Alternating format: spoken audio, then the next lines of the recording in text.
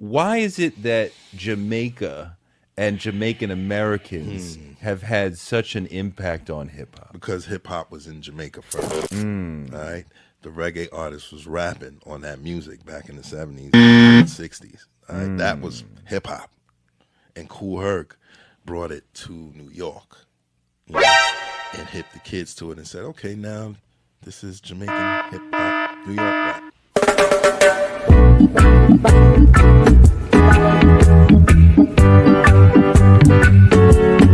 Still till today, it's propaganda. Propaganda. Yeah, because Y'all getting that. Y'all engineer it any way you want. So you didn't know nothing about Jamaican toasting? No, I didn't. Sir, I didn't. I used to go to the Apollo a lot. I didn't know nothing about that. And Herc didn't push you to get on the mic? Not at all. Say, Never ever. Let's No, do it nobody like, did nothing. Let's did do nothing. it like they do it in Jamaica. No, not at all. Right. I started talking on my own. I was in that room by myself. So did you rap at all when you started doing parties? I toast. I just say things that's happening right now, make a little skit out of it. I talk in between the records, and after a while, you put a bunch of those little things together, you have a little rap. You know, you could run off a little miniature rap, but I wasn't never into the rap. My partner, Coke LaRock, was more doing the poetic part of it. You know, so I have poems, and he used to give me some little poems like how Ali used to come out with those little poems that his sidemen used to give him. That's how Coke LaRock is. And what you were doing? What, the rapping? Yeah. Well, my man Coke LaRock, my partner, he was doing rapping on the mic. Yeah. You know, he used to come on and say some things, you know. You listen to the sound system, he called the Herculoids, you know. You rock on the rockers and jam with the jammers, and he used to feed me some stuff to say, you know, and I just say it. All right, look out, brother. Don't try to get slack. I love to get something from you, and I won't give it back. Folks, that was a jiving man from the West. Everybody called him Jiving Depressed. He jived his ma, he jived his paw. He even down jived his ma-in-law. You know one of the first things black Americans did after slavery? We ran for office. Our ancestors were poor and illiterate for the most part, and still they stood up for us. Nowadays, these black leaders stand up for everyone else but us. Listen, whether you're white, whether you're black, whatever, if you feel that these current politicians are not doing right by you, then you run for office and you become the politician who would do right by the people and for yourself as well. Black Americans, we have fought in every single war this nation has had. We have fought for this country even when this country consistently fights against us. It is time for us to stand up and fight for ourselves. Republican, Democrats, neither one's done well for us. Let's replace every single last one of them. Let's run for office or they're going to keep running us over. I am Greg Marcel Dixon, and I approve this message.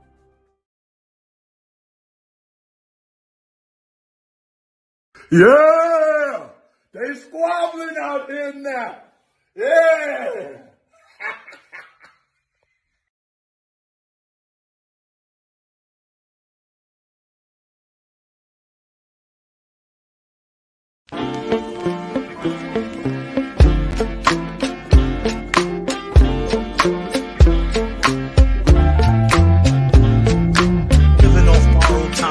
Tick faster. That'll be the hour they knock the slick blaster. Dick dastardly, a monthly with sick laughter. A gunfight and they come to cut the mix master. And living the true gods. Giving y'all nothing but the lick like two broads. Got more lyrics than the church got ooh lords. And they hold the mic at your attention like two swords. Or you the one with two blades on it. Hey you, don't touch the mic like it's AIDS on it. All right, welcome once again to the beatzillapdx official show. This is the weekly wrap up. We are here once again on a Friday evening. Hopefully everybody is well. As you are coming in, please like and share. And if you have not already subscribed to this channel, you should do so at this moment by hitting the subscribe button And also hit the notification bell, hit the word all. That way you'll be notified anytime this channel goes live or broadcast is uploaded. All right. So with that being said, hopefully everybody is doing well. We are here on a good old warm Friday night in the city of Portland, Oregon, where I am broadcasting from. And, we have an interesting topic tonight. Of course, I know that a lot of people often use the word unity. And I can understand in some ways, the thought of it and the idea of it. However, the practicality of it and the reality of it doesn't fit. So we have to discuss that this evening.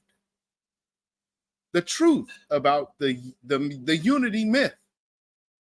Because, see, what I played at the very beginning of this broadcast would demonstrate to you how other Black folk, other melanated folks, and these Hispanic folks and these Latinx folks, how they end up interacting with us. And it is to tether. You are seeing tethers from the Latin community. We're seeing tethers. We've seen tethers from even the Asian community. Everybody copies us. Who do we unify with? Here's my other issue with the topic of unity. When we hear people talk about unity often, it is only for the diaspora. But their kinfolk down the way, they have no shred of heart of the idea of unity to fix things and get on one accord with their own tribe. So that's why I would have to say this is going to be about the truth of the unity myth. So that's what we're going to talk about this evening. And somebody out there might disagree. I might have to let you come on up if that's the case. I would like to know, where am I wrong? So let's see who we have in the chat first, though. We got One Who Cares in the building. Welcome, welcome, welcome. We have our sister Cynthia Newman in the building. Welcome, welcome. We have Patricia Slade, Jersey City in the building. Hello, hello. Good evening. We got our good sister Key Prince in the house. Welcome, Key Prince. Hopefully everything is well with you. Judah Queen in the building. Black first, get those likes up, family. Yes, indeed. Also share this on your social media as well, family. We have Lawrence Lilly in the house. Black first, family. Yes, indeed. And we have our good brother, Torian Rain Reloaded in the house. What is going on, my good brother? Yes, sir. Torian Rain Reloaded, y'all. Y'all already know how he gets down. Let's see. Got Tasha Peters in the house. Good evening, my good sister. Welcome, welcome. Glad you can make it. We got Kerman S. Wingfield in the house. Welcome, brother. Welcome, brother. Yes, sir. Lady Effa in the house. Welcome, Lady Effa. Always good to see you in the chat. Dark-skinned brother in the house. Yes, indeed. Yes, indeed. And then shouting out everybody else in the chat. Welcome, welcome, brother.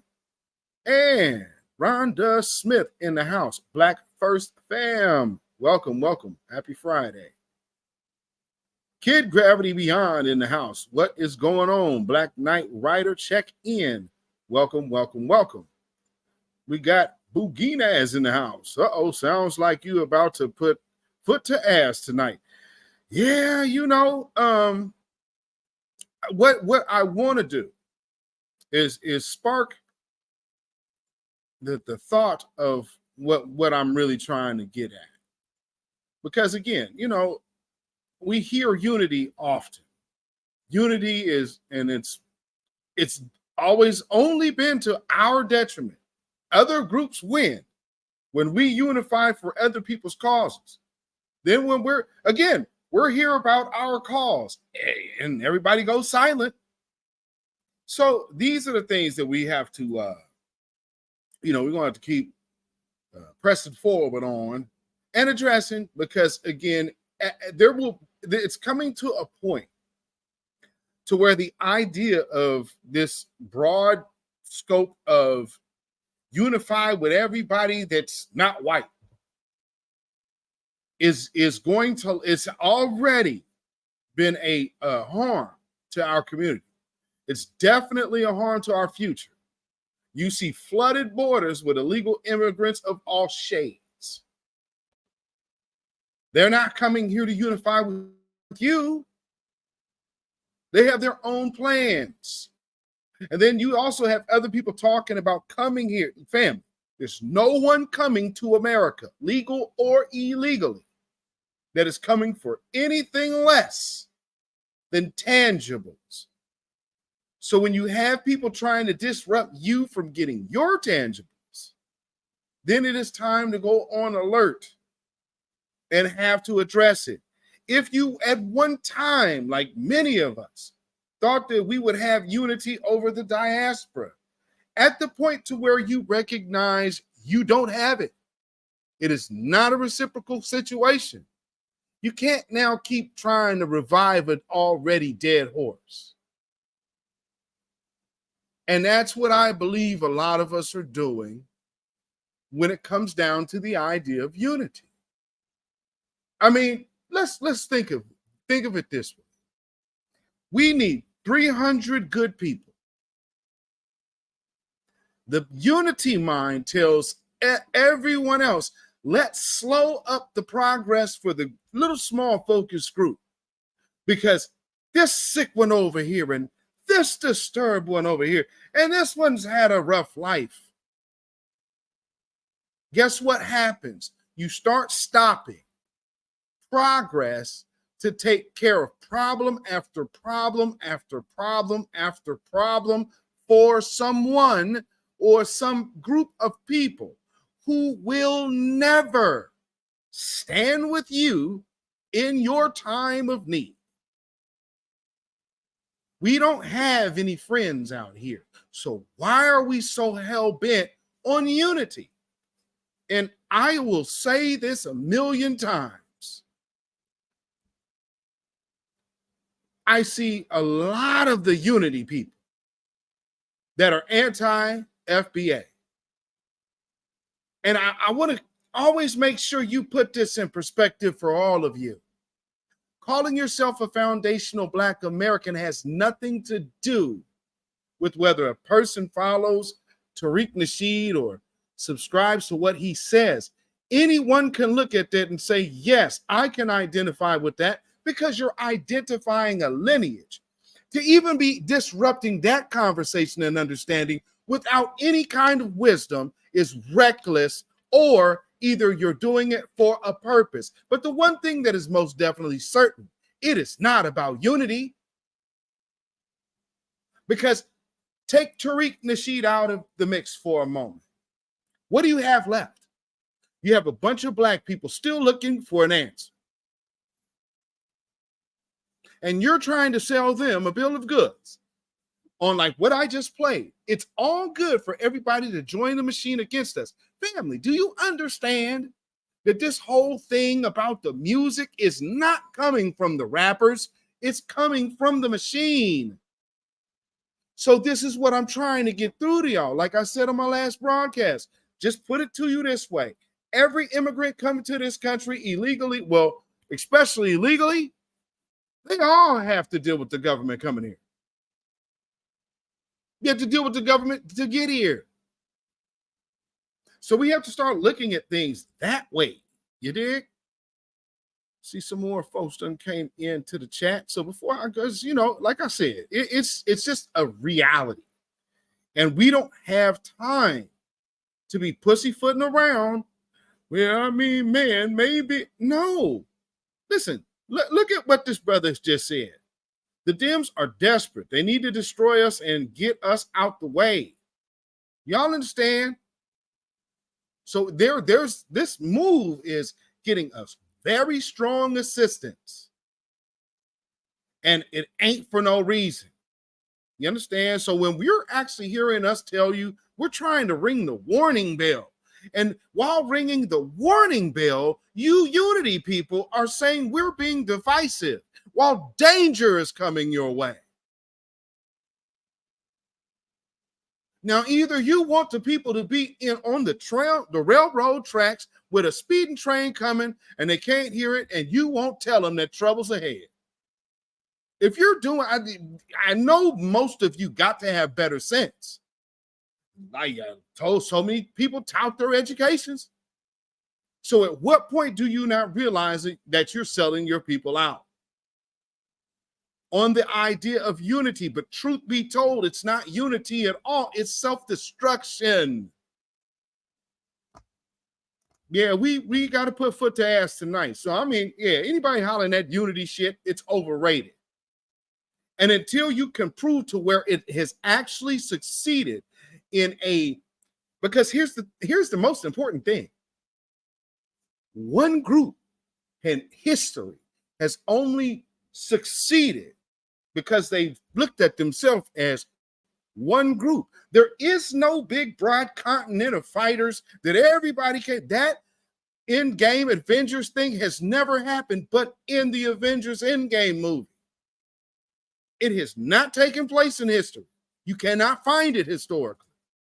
But you can find a bunch of singular groups with a singular familiar identity that say, we're going to do this for us and our futures. And then everybody after that might want to unify with you after you built your thing up.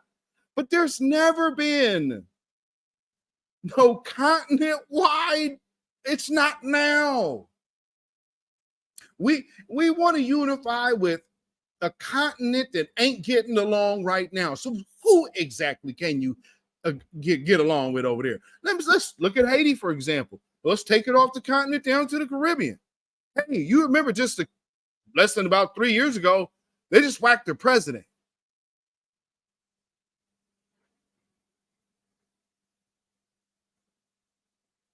What are we talking about? Unity.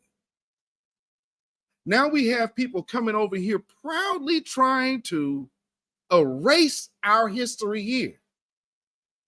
And some would say, I remember hearing it so many years. And truth be told, to me, it's a coonish statement. I don't like talking about slavery. I don't want to see another slavery. They just want slave. They just want to relive trauma. The only trauma that you're reliving is that you can't see your friends over here treating you the way that your friends would have treated you back then. That's your problem. Let's just keep it 1,000. Brianna Campbell in the house. Welcome. It's very abusive that it can affect you mentally. There's a lot of that. Tia to you, welcome. Hey, moderator in the house. Yes, indeed, and welcome, Brianna Campbell. Welcome. That's a new name.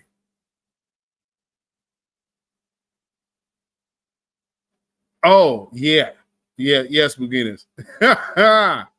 Yes, indeed. Kid Gravity said, most of the Caribbean doesn't have a code.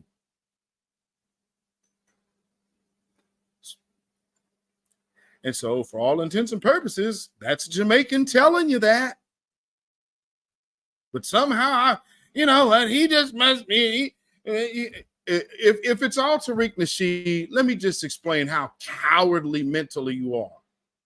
That you, again, either you have quit on Black empowerment, because unity only provides comfort.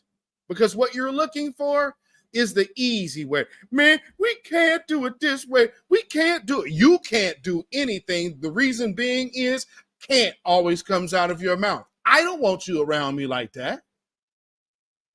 I don't speak what we not going to do unless it's not good for us. But you will never hear me say, oh man, we can't. if we're looking at how the world is, why do you tell yourself what you can't do? When you have the ability to be the beginning of a new beginning every day. But guess what hasn't happened? Unity. Right? And so, what has unity benefited? I'll tell you where unity benefits. Unity benefits a society that has long prided itself and touted itself as the boldest, richest place ever known to man. It's your ancestors that built it. It's your ancestors' creations that keep the whole planet thriving today. Somehow, even knowing some of these ancestors' names, because I'm talking about your ancestors whose blood and bones are here. You still seek to go read the walls of ancient Kemet. When you have monuments built in your own country by your ancestors, but you want to go read the walls of Kemet, what are you going to learn? What? That they didn't know here. You Negroes kill me. I'm telling you, the idea, the myth of unity, is absolute bullcrap. There ain't no such thing. And I mean, I get it. People do really perceive that there is something to go to on the continent. I get it. A lot of people have bought into that until they go over there. And then their bodies get sent back. And I'm not saying, of course, that doesn't happen everywhere. But here's my problem with you Negroes. Remember when I posted that on my Instagram? And all y'all was like, man, come on, that ain't right. Y'all putting this in a bad light. And then you got the one weirdo African. Hey bro, I have to block my stuff from remixing because this cowardly lion who what he think he is. Now, you're not a lion. You a hyena. You just slow. So that's why, hey, I'm going to sit up here and smoke my blunt in the camera. And I mean, I don't have no problem with the people that do that. But dude, you're not deep. You are not deep. Over there going to try to remix, man. See, it's people like this. Just shut your bitch ass up. If you wanted to ever say something to me, nigga, you more than welcome to. I'll put the link in the chat. Let me know anytime you want to come up and try me. That weak sucker shit. And I don't have no respect for that. And y'all actually really think y'all doing something. What do you call it? He want to be like the little African diaspora. So he has some weird takeoff name of Phil Scott's channel. There's a black diaspora. Yeah, go check that dummy out. Oh, weirdo nigga that's always got his hood on. Man, these people out here, they just xenophobic and they really hate themselves because, I mean, Africa's where the birthplace of everything. Shut up. We're the creation of everything now, punk. I don't even understand that. They're the creation. There is nothing that we do over here. Nobody's rocking like us on the planet, pimp. I don't know what you're talking about. We're not doom. Come on, man. And if we are, you got some Earth, Wind, and Fire cougars. Some cats from Ohio and Colorado and Mississippi. I got these weirdos coming out to woodwork. Yeah, man. Oh, man, these are awesome Africans. Just stop. Stop it. Sony 81. Welcome. I'm late. What did I miss? Oh, you ain't missing nothing. I'm just talking about the myth, the truth about the myth of unity. Because, you know, you have a lot of people out here that they just do this big to do about, man, y'all divisive and y'all xenophobic. And, you know, and like I said a while ago, and if y'all have noticed, the whole men not having their own opinion thing out here has kind of died down. Because remember, they was doing that for a while. Well, he's a Tariq Nasheed follower. You want to get your punk ass cussed out? I wish a nigga would say that stupid shit to me. You behind here, you just doing what he a puppet. Really? Get your ass up. There's way too much of that. Way too much of that. And then, you know, I see other people try to get around these loudmouth fake militants. Because for some reason, I don't understand this. Why do y'all think being militant means being on Front Street? I don't understand that. What in strategic manhood tells you telegraph everything you're doing? You're going to walk through with a rifles. Huh? And that's showing unity to a lot of people. A lot of people really perceive that as unity because they put it in front of you. And so you see it. You got a visual effect. It ain't do shit for you. It didn't bring you no closer together. But yeah. Now, let me tell you the difference in marching with all them punk ass guns. And not to say nothing's wrong with guns. I'd most definitely tell you, arm yourself. But here's the difference in posing and whipping some ass. What y'all saw last week that really inspired folks is because it's tell me when to go time, and I've really seen, oh, we still got some of those around. Understand? That's the difference. Now, why would I need all of them to sit up here and be showing me and walking around with their guns? I don't need them to do that. I just need to know they're going to show up when that hat fly in the air. That's unity because it's being on code. Not walking around with a gun. Look at me. And then cracker out here, he want to pop out. I'm going to pop this cracker and we're going to take Texas. Nigga. And y'all really was saying, oh, man, y'all hating on that man. Are you out of your mind? Then you got the other dudes out there, 757 out there in Baltimore. Walking like, yeah, you going to give us our reparations or else.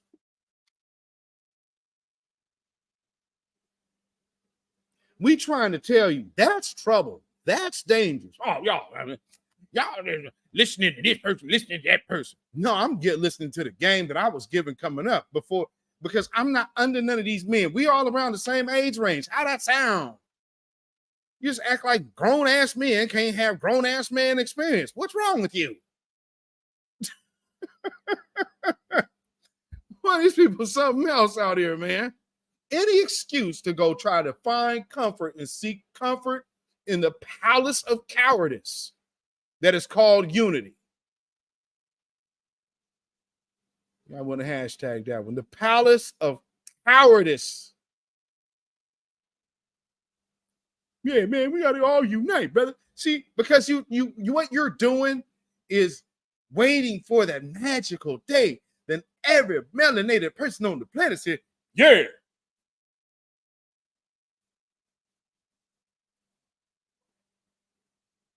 Nah. All you need to know is, because here's the point. Y'all waiting for some loud expression. A hat got tossed up in the air and it was on and popping. Let that sit on your spirit for a minute, unity people. A hat went into the air and it was on and popping. Not no speech, not no demonstration, not no march. Just, hey, I'm witnessing my brother in trouble. Up the call. That's it. That's unity. But none of y'all talk about that. Now I know a lot of late in the game folks trying to come up here. That was good to see. Oh, stop it. It was good to see us come together because we've been doing that. Here's the problem. When you're busy doing that, there's usually not enough people to catch it because you're busy doing that. This is one of those situations where it was enough people out there to get footage of such a said incident out here because, you know, other times you might just get it reported to you on the news and it has a cold spin on it. The wrong people got cuffs and charges. You feel what I'm saying? TJ in the building, I see you. Welcome, sister. Yeah. So, I mean, come on. Kid Gravity, what you say? You say, I'm about to go in on the Caribbeans tomorrow. Karma showed up. You know, I saw that.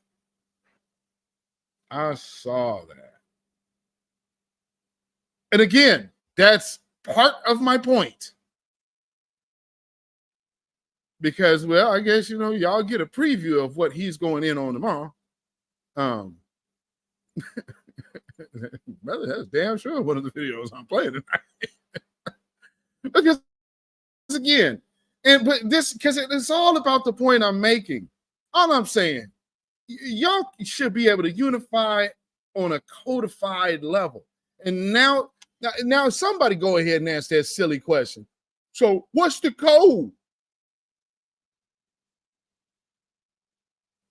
Now you ain't got to ask. There's 1,000,001 things that the code is. The one thing it is not is cowardice. So the people who tout the line of unity, Pan-Africanism, it is a myth.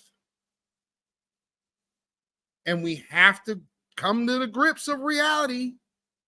Because, see, oh, no, man, all these other people, they deal with us. Oh, man, they deal with us. Do they really, though? Now, see, look, they playing trap music, right? At Carnival. Look at how these folks is acting with all that. Her face turned all the way up. They all upset.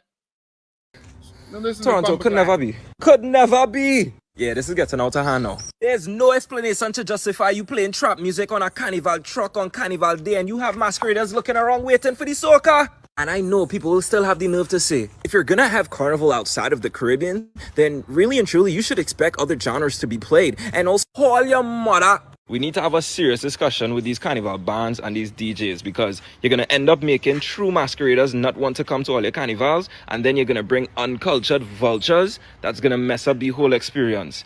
Levy, please, let me just do better than this now. Please, please, please, please, please, please, please. So, in a preview of our brother Kid Gravity Beyond's broadcast in the morning, so while you having your morning coffee, go ahead and make sure you tune in to our brother Kid Gravity Beyond, because I'm sure that they are going to get that work. So, waking up on a Saturday morning and need something for your spirit, go ahead and tune on in to our brother Kid Gravity Beyond in the morning. And get your feel. Oh, it's going to be later. Oh, okay. They're going to hate me after 6 p.m. tomorrow. Okay. So it's going to be later. So, 6 p.m. Eastern. So that's 3 o'clock over here. So if you're on the West Coast time, that's 3 p.m. Yes. Yeah,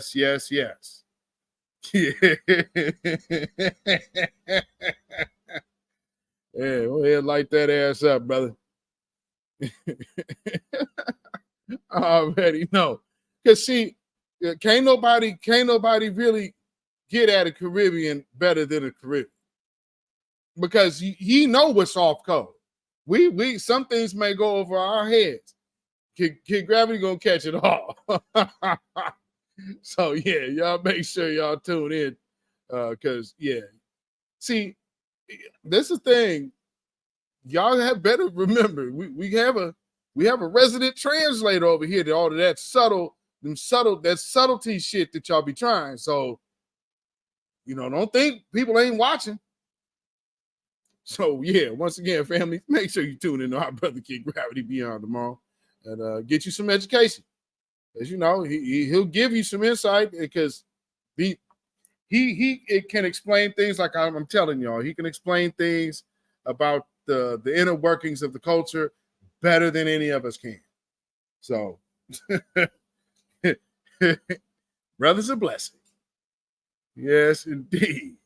And so again, see, there we are talking about the code. So as I'm referring to my Jamaican brother being on code. Oh man, he's a tether, and it's what about no? See, no, that's being on code. It's not even an issue because shit, he has a claim, and not to mention, he's also raising an FBA child. So he still, as a father and as a man, have to be after the best interest of his daughter's future as well. The little girl, you always hear to say, cut the check because she need one. And that mama need one. See, he looking out for his household. He has interest in his family doing well. See, the other people that don't really have no connection to us, they like, well, I guess if we get it. Shout out to CARICOM. 50 flags on that joker, ain't one of them American. But we gonna unify with who? Because they're not unifying with you. You have the continent of Africa standing with Russia. Where you fit in? Really? Where do you fit in? And are you certain? What part of Africa are you trying to go to and unify with? Because Nigerians don't really rock with South Africans. South Africans absolutely cannot stand Nigerians. Somalians, on some other Ethiopians, Eritreans, and then you got Djibouti, the little in between country, who's training up and raising bed wenches in the way they should go. I mean, I'm just saying, where? Or do you want to go to where's that? Libya, to where the great African president Barack Obama went over there and had the other African leaders' brains blown out just a few days after he left and gave him that ultimatum. They went in there, pulled him out of his palace and put him on the back of a truck and blew his brains out. On TV. For the world to see. And the world applauds as an African leader gets murdered on camera. In front of the cameras. News cameras and everything. They're all marked. Had him on the back of that truck. Oh, the camera pans away. Muammar Gaddafi over there dead. Dead as last year. So, what are we saying? What are we really saying about unity? Who do we want to unify with if we are refusing to unify with our own tribe? So tonight, I want to just provide some examples of the troubles that could come along with unity. Because if y'all seen what I played at the beginning with the whole blatant lying about our culture, so if y'all have not seen, so I got more folks in the chat right now. Let me go ahead because I see something. Okay, so look at this first. Let me show you this. Of course, we're going to play a little Joy Reid piece with this fella here talking about, because I played a little bit of a snippet the other night. We're going to talk more about that tonight. And then look at, in solidarity, when the Caribbean immigrants become black.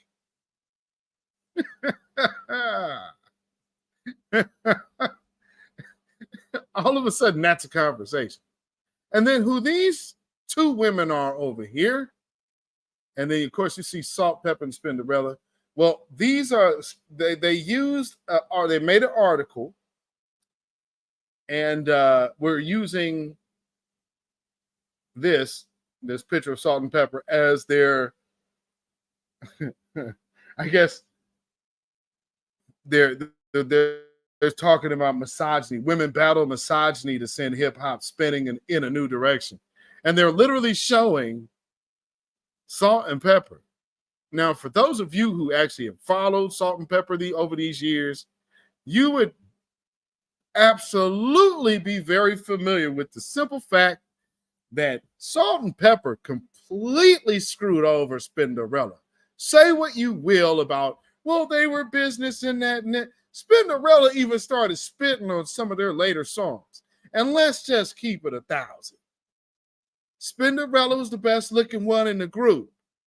So, and I mean, I'm sure they weren't unaware.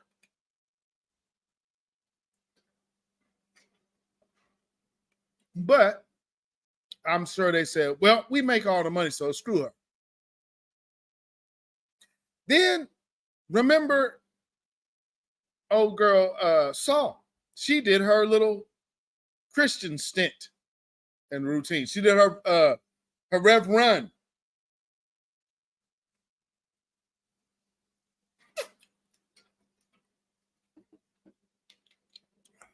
Boy, oh boy. She did her Rev Run routine. And then she got on with Kirk Franklin on the song Stop or Stomp.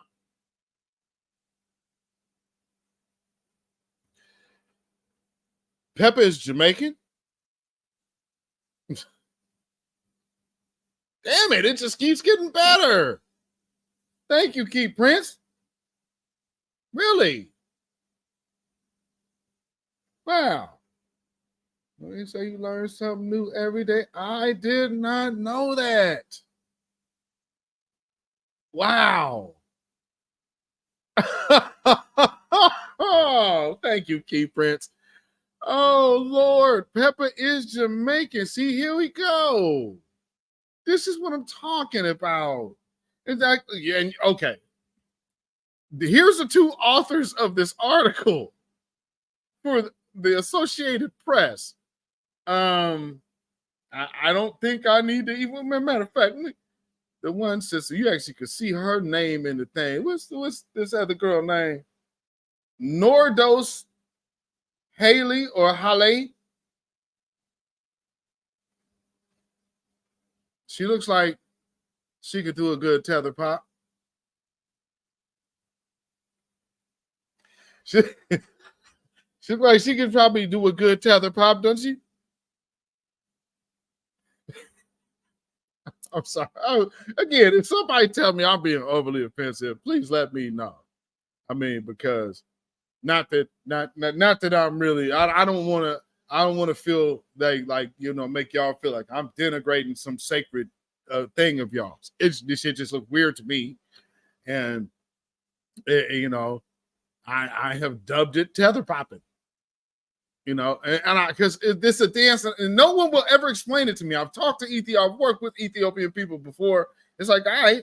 So I mean, I guess if you don't look at us like nothing, so it's like, well, hey, you all ain't shit anyway. So go ahead and make fun of it. So okay, cool. Because I mean, it looks, what can you say? He's just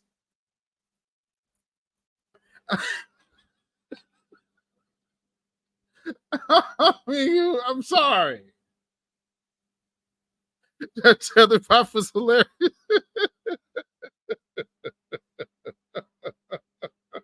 Keeper said, if it comes off as strange, it's not from our culture.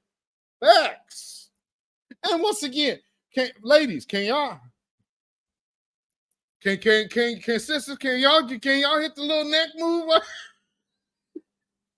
I'm sorry. Oh boy, let me stop. Oh boy. Ooh, that tether pop is brutal though, ain't it? And I mean, I'm telling you, boy, I'm just waiting. Like, somebody tell me if I'm being like overly offensive. Just let me know, because there could be a cold video reel that might just or might not, possibly, who knows, be sitting in the wings. I don't know, but I'm just wondering. Is it? I like how I said. I don't want to be overly offensive as PragerU and their Frederick Douglass said it was a great compromise. I'm a white man trying to sound like an old-fashioned slave. Not all of our founding fathers thought that race or slavery was good, but some of them actually did think that it was bad. But it was America overall that made sure that we compromised. And see, the slaves were happy that their masters, because it was their masters, which is not true. Slave masters, man. Okay. So again, talking about this unity, here's something else.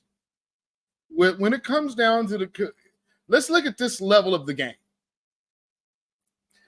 Dealing with the Caribbean Black Caucus, which is your Congressional Black Caucus, that also doubles as the Caribbean Black Caucus. Go figure. So their agenda is never about foundational Black Americans. Shouldn't we kind of take something from that about infiltration and tethering and so when we say things like tethering, hey, that's divisive now. You can't. The whole point of tethering means that was separate to begin with. You cannot now call that divisive. So that is a lie. So that's another part that we have to look at when it comes down to the unity line. Are you willfully lying? Or are you just not in reality examining your true position? I would like to think that some people could say, well, I haven't thought of it like that. I could get that. I could go with that. But there are others that will say, well, I don't like this. I don't like that. I feel this way, or I feel like that. And then that'll prevent you from unifying with your own. And so you'll quit on actual unity, because the closest unity that you actually have proximity to is your own, not the motherland. So that's how, see, the cowardice, and then you escape your own hypocrisy by saying, well, yeah, I would unify, but see, man, these niggas around here, well, they don't know how to do. Okay. But you need to find your like kind or your kindred spirit. This internet is vast. And you have access from here to Timbuktu. Where is your spirit side over on the continent? What fuels your day-to-day soul over there from that motherland? Is it anything? Because here's the one thing that people always get hemmed up on. You're a person from America with a pocket full of American dollars. You're a Black person going over to Africa falsely thinking that you're African. Of course they're going to be nice to you because you're as stupid as all get out. You're coming right over here to the place to which also watched you leave as slaves. Watched you leave as slaves. Watched you leave as slaves. But see, all those Africans, brother. See, the Africans, all these, and nigga, don't call me no African. I am not. Well, you must hate yourself. Nigga, did you hear me say I was an Israelite? Why would you think I would ever relate myself to being an African, which is clearly because being an Israelite also has to do with what? Lineage.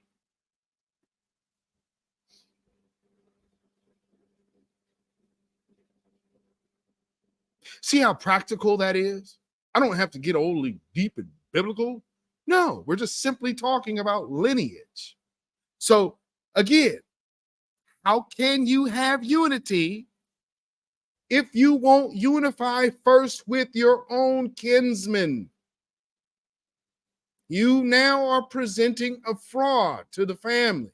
So now then I have to forward that question by saying, now why is that a battle cry?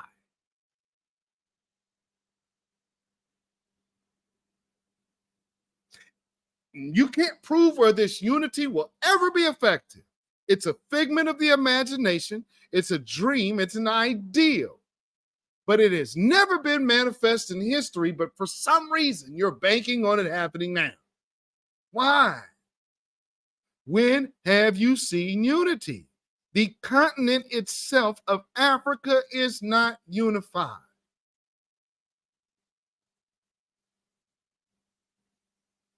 They're willing to sell out their land now to outsiders, displacing their own.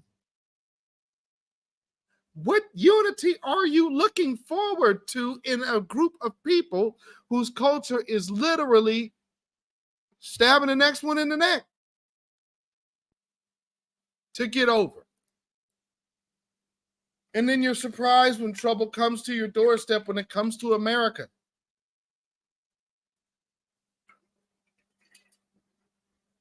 It literally makes no sense, because at the end of the day, you should know when you start seeing the same thing over and over and over again. Here's the other thing.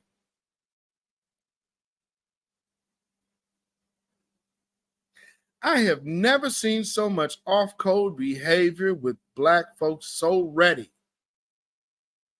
to go at other Black folks for the disrespect they are receiving from tethers.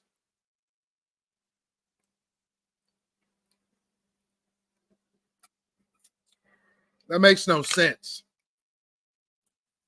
Well, maybe they had a bad experience. Maybe that ain't my damn problem. Not mine. Nuh-uh. I don't want to hear no old child wives' tale fable. Hey, call my African booty scratcher. Oh, those careers. Half these people wasn't even here. And half the people calling up right now aren't here. Or just barely here. What unity are you looking for? They came over here, just snuck on in and blended on in their little communities and enclaves that were built for them by your government. So while your government is steadily using these very same people you're talking about unifying for, you're ready to go to war with your own foundational Black American lineage, whether you identify as that or not, whether you call yourself this, that, or the other, we are referring to the lineage. If you can't get that through your thick skull, well, then let me help you. Because we have no time to waste, and we have no time to play games. And if unity with an enemy is your angle, 2023, gonna see a lot of people falling by the wayside. Because as we get closer to 2024, the writing's gonna be on the wall. It's gonna be very, very, very, very hard to sidestep after November 2024 for a lot of you. Because then the cat will be out of the bag. Because now everybody can, because now I'm just sitting back watching all of you who I know took money because you can't go from the script. You have to say what you're saying. Even when somebody says this is what they're about to say. You have to still drop that line. No one has to make that choice that you've already made for yourself easy for you. We definitely don't have to pad your consequences on that because you willfully betrayed your people. Regardless of how you self-justify, it's betrayal. Period. See, that's another thing we get into. Oh, well, I felt this way. No. Self-justification is not on code. Now, if you judge yourself based on code of empowerment, how do you fare out? First question, did you unify with your tribe?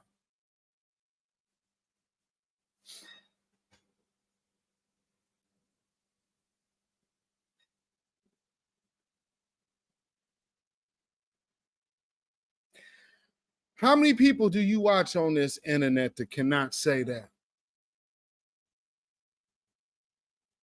They've went out of their way to war with other black folks on this here app.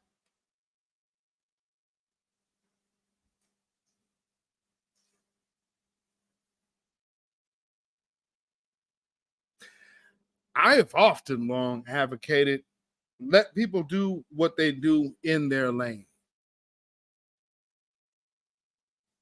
When you try to cross lanes, and that will ultimately pigeonhole you or end you.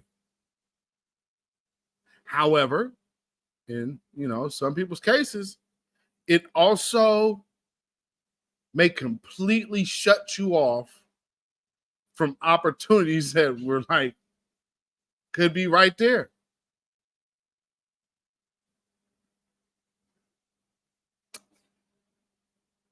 I look at it.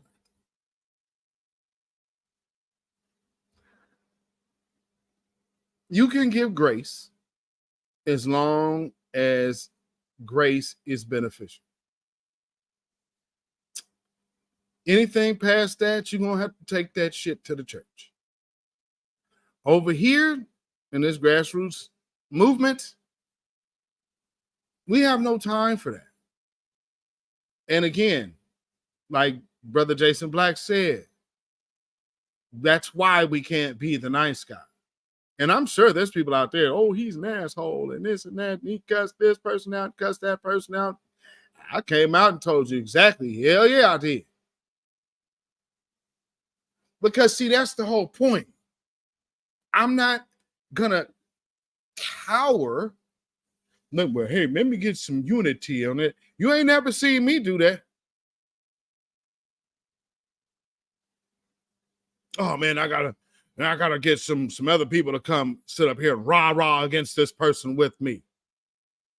You ain't never seen me do that. But I'll tell you like this. For any person who has ever really put my name out there in the mix like that, how'd it work out? Because right now you got Snoopy trying to come home. Yeah, I see you, Snoopy. But that ship has sailed. Snoopy, Snoopy, Snoopy, Hoopy, Hoopy, come home. Nope.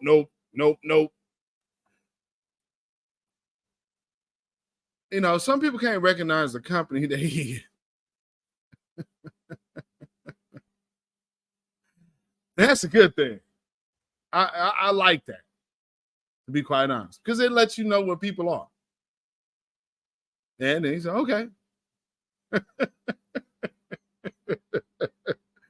I hate.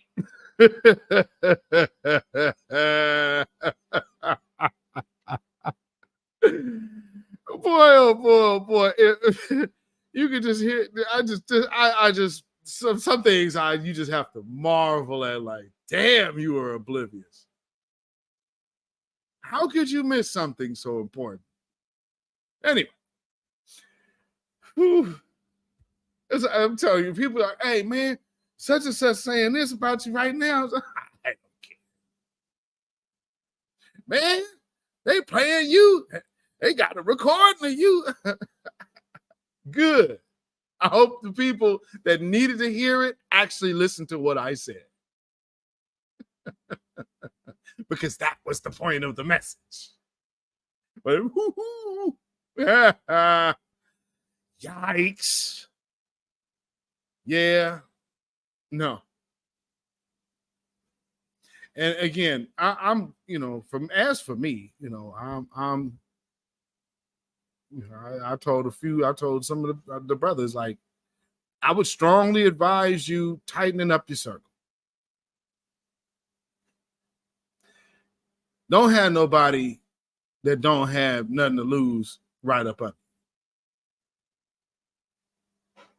Make sure you tighten that one up. Take it from me. The days of giving a chance and giving a pass, that ship is absolutely freaking sailed for me. Because the idea of unity is nothing but a myth. People will only unite with who they feel they like. I mean, I got people that's supposed to be rocking with me that would worry so much about being up under other folks that ain't got nothing to do with nothing, and then won't show up for the brother. It's like, I could just sit back and be like, God damn, y'all hypocritical. But, I mean, again, people are people, so I don't trip on that. But I do notice it. It's like, okay. You don't have to necessarily, like, oh, hey, man, why ain't you? I'm not fit. If you don't want to be here, I ain't going to keep you around me. That's one thing anybody should know about me. I will not hold you.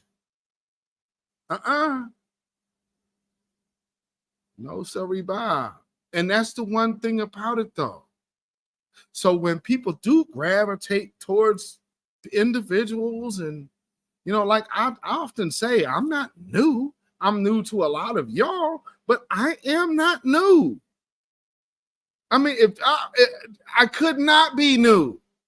Reason being, watch the DNC Shield crew all have went on a mass blocking spree. Mass blocking spree. You have people with names out here who spend time in our spaces. And now, all of that echo chamber talk is now turning into, how do we reach Black men?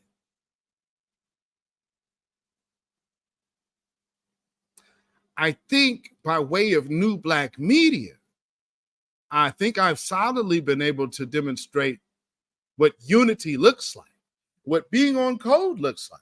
You have so many individuals around that can actually say new Black media before most people have ever even uttered those words.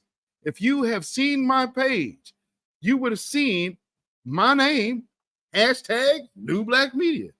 It's been there so long that you got these newbies coming around like, man, if you got to call yourself new Black media, then just to fit in.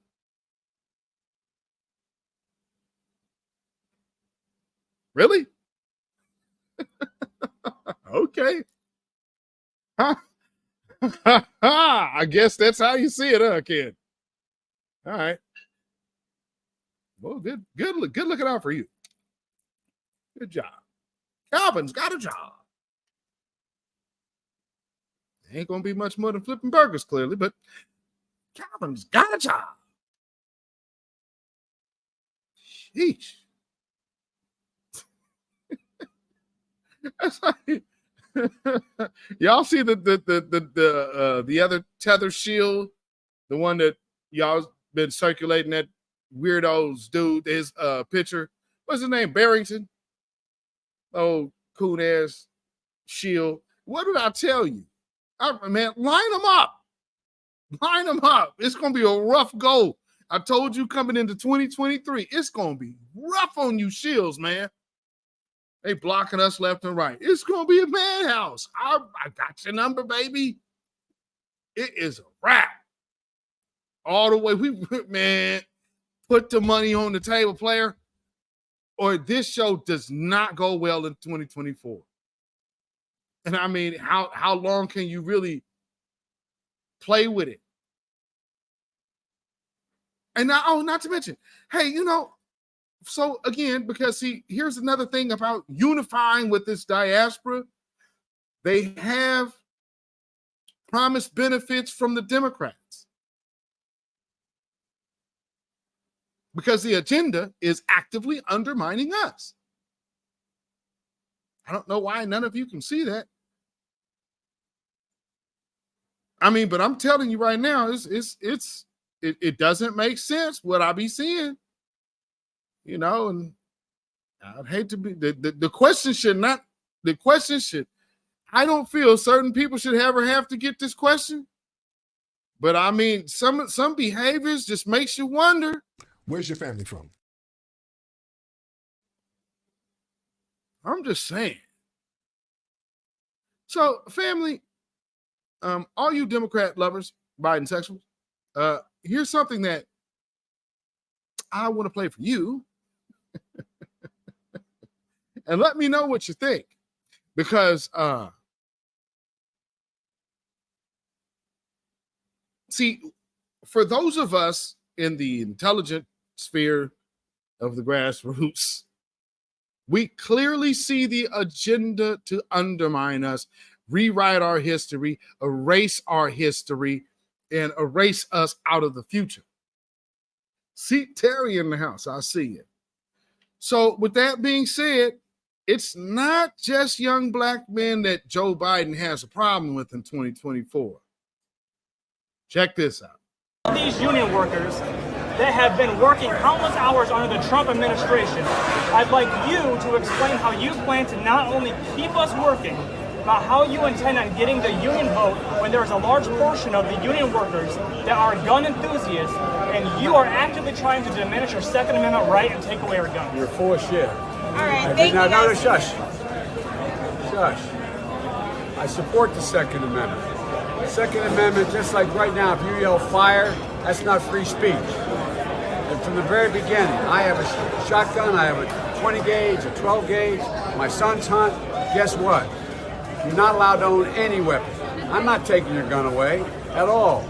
You need 100 rounds. So when you were in Beto, when you said you're going to take our guns, I did not say that. That's not true. I did not say that. It's a viral video. It's a viral video like the other ones they're putting out that are simply a lie. Your voice, you said that you're taking the gun. Well, he just clarified it. Wait. Take your AR-14s. Okay, this is not okay. Hold on. All right. Hey, let's don't tell me there's a lot of guys. A lot of guys want to.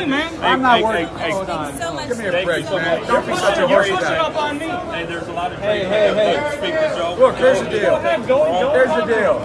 Are you able to own a machine gun? I said, are you able to own one? Machine guns are illegal. That's right. So AR-15's illegal. How is that a machine gun? No, it's not. Semi-automatic. Yeah, do you need 100 rounds? Do you need 100 rounds? Deaths in America from handguns than there are what you call assault rifles. Why are you advocating for assault rifles when people are dying by handguns? Hey, no.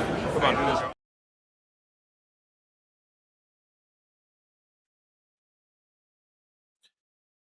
Well, that man did ask him a very important question. And it's very pertinent towards the Second Amendment. Now, again, like I'm saying, family, we've been saying for the longest, Democrats ain't done shit for us.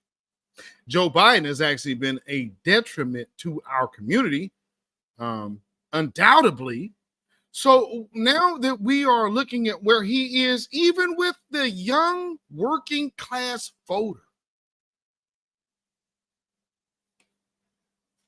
seems to me like he has a lot more of an issue with our age bracket.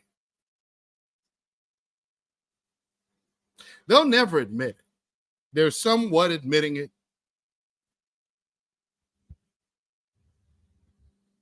But new black media put our foot thoroughly in that ass.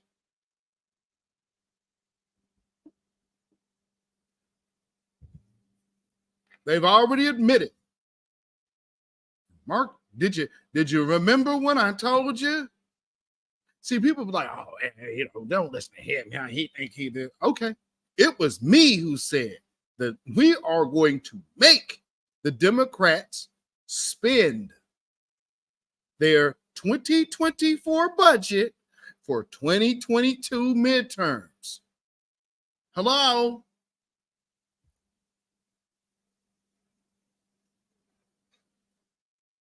Did we get that done, family? Did we get that done or not? So there is a lot of power over here in the echo chamber. So much so that how are we reaching? By reparations. So you already know which conversations you need to hit the table with. And this is the argument that Joe Biden cannot afford.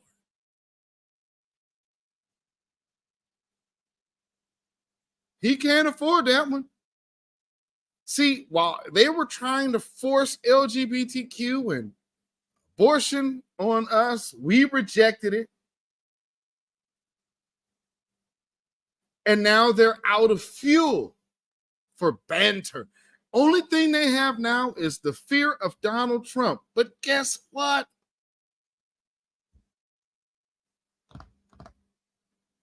Republicans still have DeSantis. You got that whole dumpster fire. And he's in the midst of trying to reinvent himself while actually going back on getting on the sister's tap, went ahead and canned her. So let's get into a little bit of this political shit tonight. Because, again, this is just simply where going against the grain don't pay. And it's good to see you out there. We're going to get to Joke Reed, too. But let's go to Florida. And there's two videos. Oh, wait a minute. Oh, shit. I almost forgot. Hold on. Wait a minute. There's something else. Oh, there's something else. So before we jump, I just got to make a real quick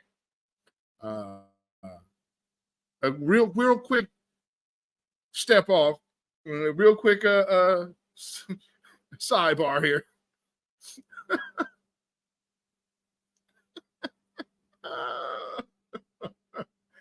Speaking of worthless tethers and culture vultures. Tekashi 6ix9ine is making headlines once again. It's for all the wrong reasons. The rapper, whose real name is Daniel Hernandez, was arrested last night in Palm Beach. The 27-year-old had a warrant out for his arrest. That's after he failed to appear in court for a traffic citation. Deputies took him into custody after pulling him over for driving 135 miles per hour in a 65-mile-per-hour zone. As you might recall, this is just the latest in a string of problems for Hernandez. Back in March, he was hospitalized after getting attacked at an LA fitness gym in Lake Worth. Hernandez has since bonded out of jail.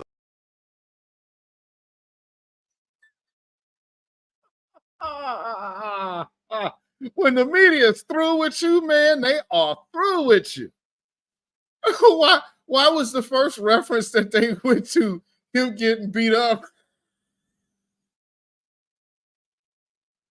And in that mugshot, it looked like he says, looked like his face was swollen. And he got served up a little bit. Gave him that lip. Check out. Here, hold this, Tekashi. Man. Woo-wee. They say, man, it don't pay to be no fake tether and culture vulture, especially like that guy.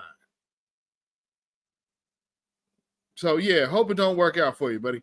So, anyway, going to the next story, like I said, in Florida, DeSantis, Ron the Devil, he has now he canned his sister, this Democratic elected by the people, by the way. She was a DA, or the state's attorney. And I guess he felt that she wasn't prosecuting certain folks enough. You know what that's about. But check this out. It wasn't enough that they stole my job from me. On the way here this evening, I learned they're trying to steal my reputation. Monique Worrell says she is not going down without a fight. The suspended state attorney joining her supporters today to protest her removal by Governor Ron DeSantis. News 6's Troy Campbell is live outside Orlando City Hall where that rally took place tonight. And Troy, you spoke with Worrell afterwards. What did she have to say? Well, when she was just referencing in that short clip how her reputation she had found out was being tested, and that stemmed after she told us that law enforcement officers showed up at her house today and also her former chief of staff's house demanding that they return city property, state property, passwords for social media accounts.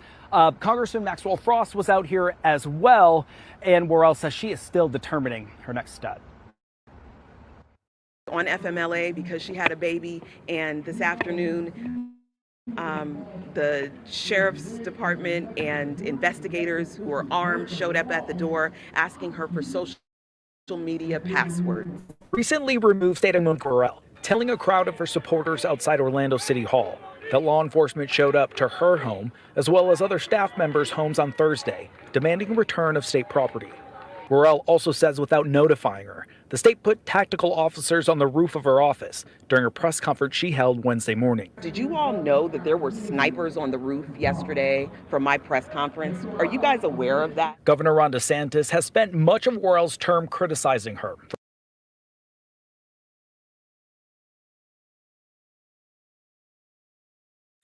I don't doubt that. I mean, but there was a reparations rally in Washington, D.C., and there were snipers on the roof there, too. So are you insinuating that the DeSantis did it? Or, I mean, because one could possibly say it's a unified system to make sure it prevents black resistance. See how that worked? The Republicans and Democrats, when it comes down to anti-blackness, they work out just fine. No problem. Because that's what unity looks like. They still say they're separate groups, but when it comes down to preserving the system of white supremacy, what happens? Oh, they get on code. Hope we're teaching you something tonight. For not pursuing charges in several cases. The concerns were also echoed by both sheriffs in Orange and Osceola counties prior to Wednesday's removal. Worrell says since she won her seat with 67% of the vote, both Republicans and Democrats should be outraged by her removal. The reality is we have elections. Our system is a democratic system. It's based on votes. Who wins the vote? You serve your time.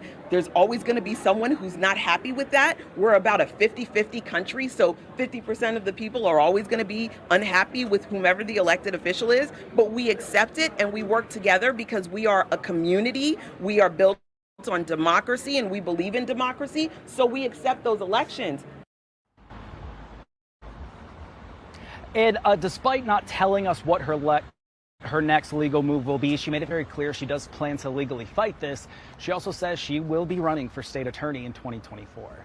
Live in downtown Orlando, Troy Campbell, Getting Results, News 6. Troy, thank you. Governor DeSantis.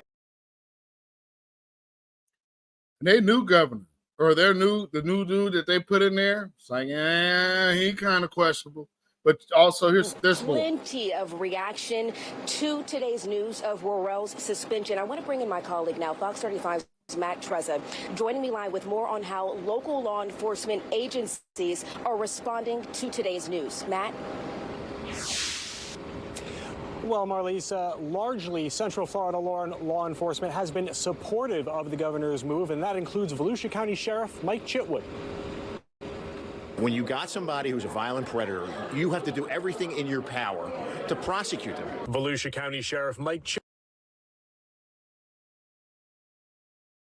Anybody remember this guy? I've had him on my broadcast before. Anybody remember him? Remember where he's from? What incident he's from? Y'all remember the babyface bandits? Do y'all remember them? The two kids that escaped from the youth home, the youth facility that they were at, the same youth facility that's Othell Wallace worked at, Brother Ozone.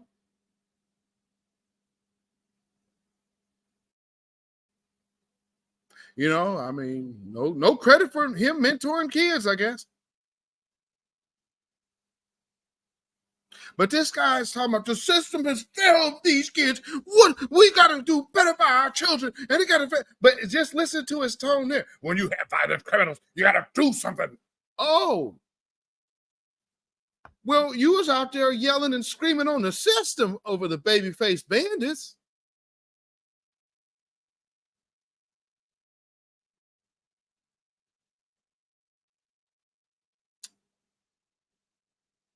I'm just saying.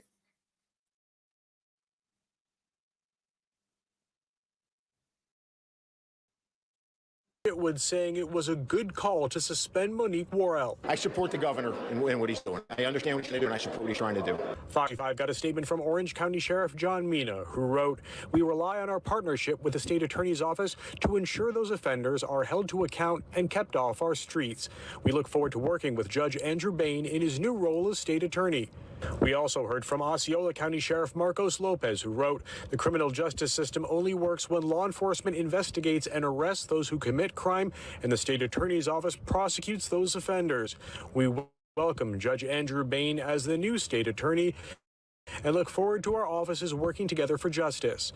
The move got kudos at a news conference this morning from two more sheriffs, Brevard County's Wayne Ivey. No matter how good a job we do to put bad people in jail, if the state attorney is not being the voice for the victims, our efforts are wasted. And also from Polk County Sheriff Grady Judd. No matter how many criminals you arrest, if the state attorney...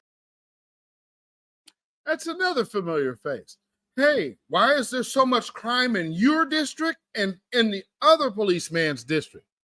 Because she ain't got nothing to do with police in the street. All she could do, she is way down in the judiciary. Now, here's the thing that they're not saying. They keep talking about prosecuting criminals. What they're not saying is that she is crime has been down, and she's been going in a different manner to end recidivism by diversionary programs. That, like, I see plenty of white junkies get in my state all the time. They'll get diversion programs. You know, this person's a stone cold junkie. They ain't finna do shit else but go right back out there and get high. We live in the land of the best drugs on the planet. You guys have never heard about Portland, Oregon. One thing you can get here, drugs. There's a dude that went on one of them court shows, told the world. It was like, wait, you're from where? How'd you end up all the way out in Portland, Oregon? Man, Judge, drugs. Portland, Oregon has the best drugs on the planet.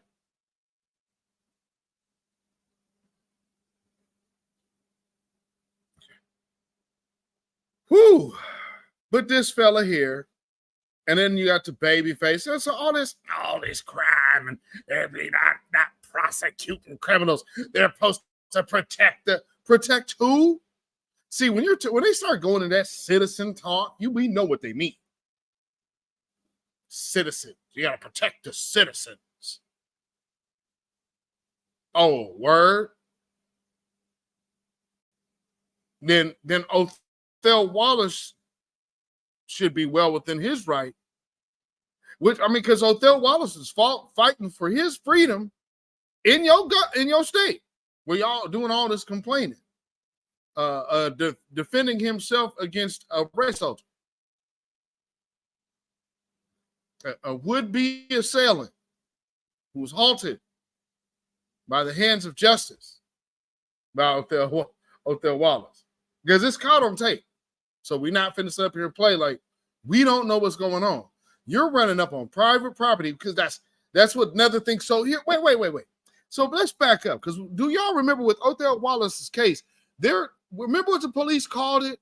Proactive policing?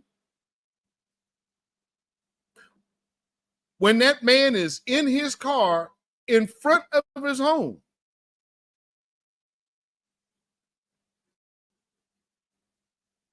Oh man, hey, what's going on? Can I talk to you for a minute? Well, you gonna get out the car? Like, what is all of that for a person who is home? Y'all understand what I'm saying? So yeah, shout out to that brother Othel Wallace. May he be released and set free and back to his family and paid for the time that he has been sitting unjustly for defending himself in a stand your ground state. And I know all too well about, again, for what y'all might not know, Oregon's a stand your ground state. If you're not black. If you're black, you're going to prison. Being prosecuted. And see, again, they'll find in some kind of way, they done dropped the charge on chairman. They hit him with disorderly conduct. So it's a misdemeanor shit charge. And I don't really know why they had to even arrest him to take a mugshot for a misdemeanor. They got the other guys, but it's like, what's this about? And I like many others have said, that brother should have never went back and, well, we want to talk to you about what? Is there a warrant for my arrest? No. Well, then there won't be. I'm finna go in there and give you the information, brother. Better make them come get you. Damn that. He won't hold them accountable. Then the community's not safe. Hold them accountable. Oh, get out of here. Get the hell out of here. You know what? Oh, you guys out there, all you police out there, we got to do something. The system has failed these kids. Oh, but these kids are criminals, and you got to lock them up, and she's not doing it. Yeah, okay.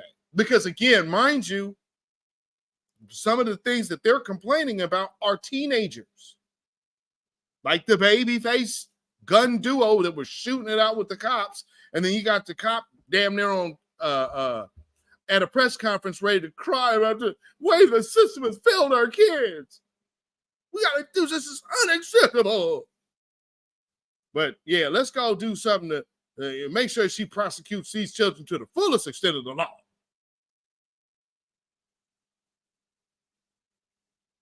Yeah, for that, y'all police officers can get this.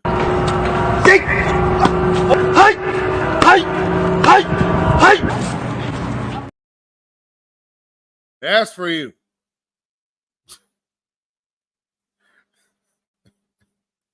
That one's for you. Now back to the matter. More about old BS DeSantis. Matter of fact, you know what? Let me see if I got this in here. Hold on. I think I do. Where's that joke?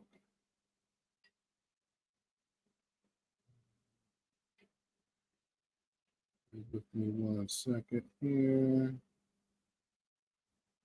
Upload it.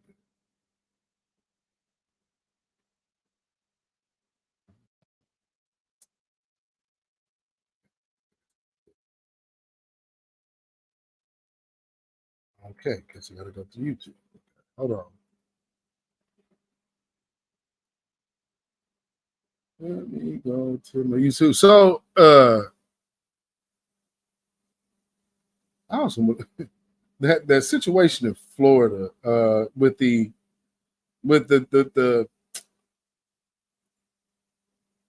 the teachers or the with the CRT and them. Okay, there it is. With them blocking the CRT and all that garbage. Oh, that is in this video, isn't it? Okay. Let me, I want to get this over here. They're getting pushback on that bogus ass Frederick Douglass video. And if y'all have not seen,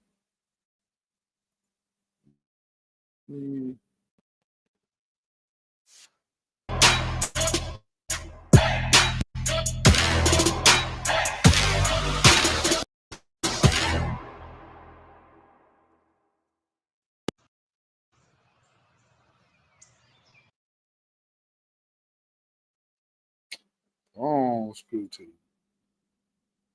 I'll just put it on the screen. Yeah, how about that?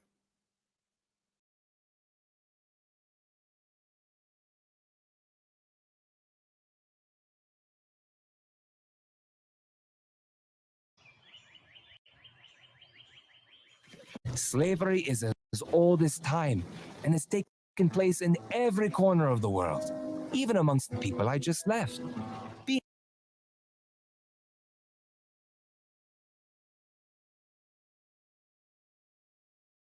taken as a slave is better than being killed, no? What the hell is he talking about? Before you judge, you must ask yourself, what did the culture and society of the time treat as no big deal? Nigga, please. Children, our founding fathers knew that slavery was evil and wrong. And they knew that it would do terrible harm to the nation. They wanted it to end. What the hell is he talking about? But their first priority was getting all 13 colonies to unite as one country. The southern colonies were dependent on slavery, and they wouldn't have joined a union that had banned it. Are you okay with that? Nigga, please. I'm certainly not okay with slavery, but the founding fathers made a compromise to achieve something great, the making of the United States. It was America that began the conversation to end it. But Leo is correct that big problems need to be approached very carefully. Bullshit. Have you kids heard of William Lloyd Garrison? No. Nope. He's an abolitionist like me, and he and I used to be friends, but we aren't any longer. We don't agree how to solve problems. William refuses all compromises, demands immediate change, and if he doesn't get what he wants, he likes to set things on fire. Sounds familiar. Sounds like you know the type. Yeah, we've got that type in our time. So, you're trying to work for change inside of the American system. Precisely, Layla. Our system is wonderful, and the Constitution is a glorious liberty document. We just need to convince enough Americans to be true to it. No. What the fuck, y'all? God damn! God damn! God damn! What? Fuck!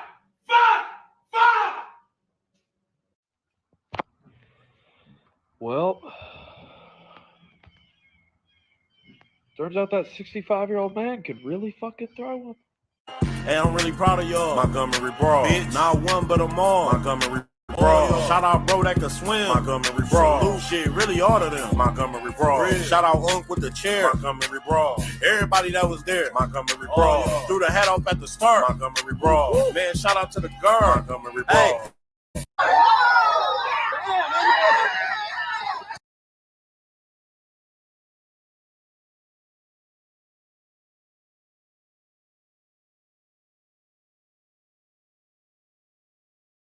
Let us remember that we are not brutalized because we're Baptist. We're not brutalized because we're Methodist. We're not brutalized because we're Muslim. We're not brutalized because we're Catholic. We're brutalized because we are black people in America.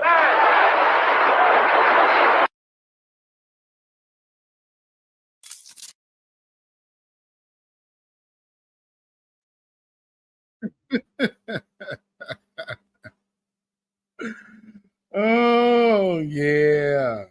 See, let me see if I can. So, again, with the whole unity thing, remember the DeSantis, this new thing that they're trying to do in Florida was, well, number one, written by a black man.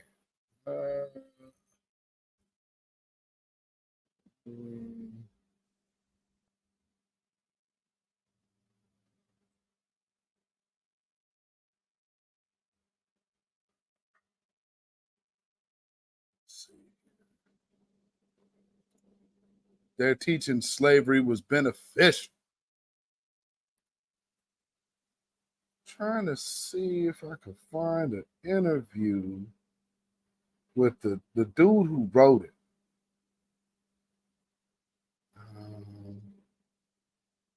What is that Negro's name? The so-called scholar. Because he's from the Caribbean, the political scientist. Oh, man, what is that? Oh, there he is. There he is. There he is. Hold on, family. I needed this. Okay. Okay. This is about 2 minutes. Boy, that is cool. Yeah. And y'all, oh, we got to sit up here. Okay, he's born in Florida, but his family is from the Caribbean, a.k.a. a tether. But now, all of a sudden, here he is coming up here to represent foundational Black American lineage and heritage. And these are the things that we keep telling you is a problem. I hope y'all understand. This stuff is a huge problem, family. So let's hear from this dude.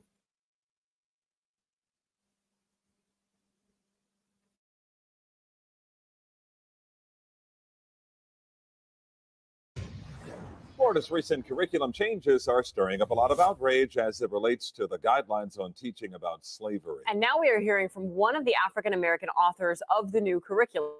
Local 10's Glenna Milberg is live with what she's learned. Glenna. Caribbean American. Hear firsthand from this scholar who has a very different perspective than that of this outrage that we've been hearing from people who really fear that this curriculum is softening what is an American atrocity. I say leave nothing out within the realm of human capacities. Leaving nothing out, says Dr. William Allen, is including a full detailed story of the African American experience in Florida curriculum. The former chair of the U.S. Commission on Civil Rights volunteered to be part of the work group of 13 that wrote it for the State Department of Education. We need to tell people stories the way they told their stories, not to fit our expectations. The national outrage exploded mostly over a benchmark included in a lesson about the kinds of labor enslaved people were forced into. That, quote, slaves developed skills from which they could personally benefit. The state education director found himself explaining that to teachers this week. The story of a resilient people who responded to their oppressors in an adaptive manner. Dr. Allen In an adaptive manner? What the hell are you talking about? In an adaptive manner, meaning they were good slaves and they followed instructions. And, you know, clearly you guys did not really read Frederick Douglass's biography to even understand what position he had and the reason why he ended up taking the position he did and educating himself. So he learned how to read after being told, after, you know, learning a few 3-letter words from his mistress that did not have a background in slavery. He heard the reasons that his master told his wife to stop teaching him how to read. So when he's telling, we need to tell these stories not to fit. Whose story are you talking about, Tether? Again, here's that unity hard at work, folks. See, first we had to address that black and brown coalition crap, but now we have to address the Tether situation. And it's no different. This is a Tether trying to rewrite our history, trying to tell you that how these other white folks and Latinos is telling our history is the way it was told by us. Does that make any sense? So you're trying to take the actual history from the historic lineage of this event and then tell everybody else that these tethers should tell the story better. And that's what unity has brought you. That's what unity is bringing you.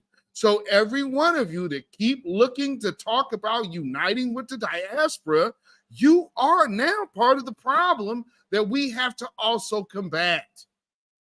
Can you see that? You welcome this type of crap in. Then when they turn on you, then you're looking surprised. We're not. The history of enslaved people as an American atrocity is also one comprised of varied and complex accounts. The stories of the people who lived through the history. They have a right to tell their story in their own words. And what we have provided for is the telling of those stories as they themselves told it. We asked why Florida. No, you did not. You listed a bunch of people who were never slaves at that.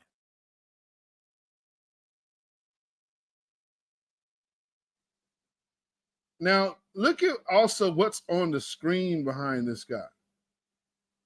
Like they're talking about like fascism. However, I can't help but agree with the lie or be condemned.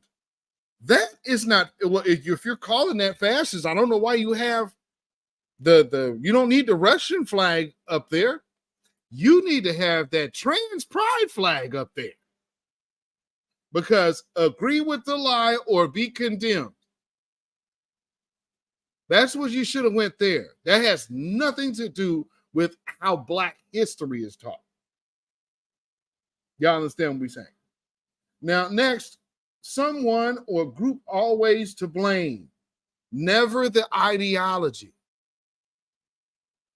A system of lies and societal doublethink. He's literally identifying white supremacy religion. That's what's on that screen right there. And I can't really see the top one. What does that say? We asked why Florida's anti. Okay, no longer enough to speak. Speech is now compelled. Oh, okay, I can't see the first one. Communism education might not also teach how Fidel Castro provided. State determines what is permissible speech. Have we not? We already went through that through the pandemic. So again, our democracy is at stake. Our democracy is at stake. Our democracy is at stake. This is the most important election ever.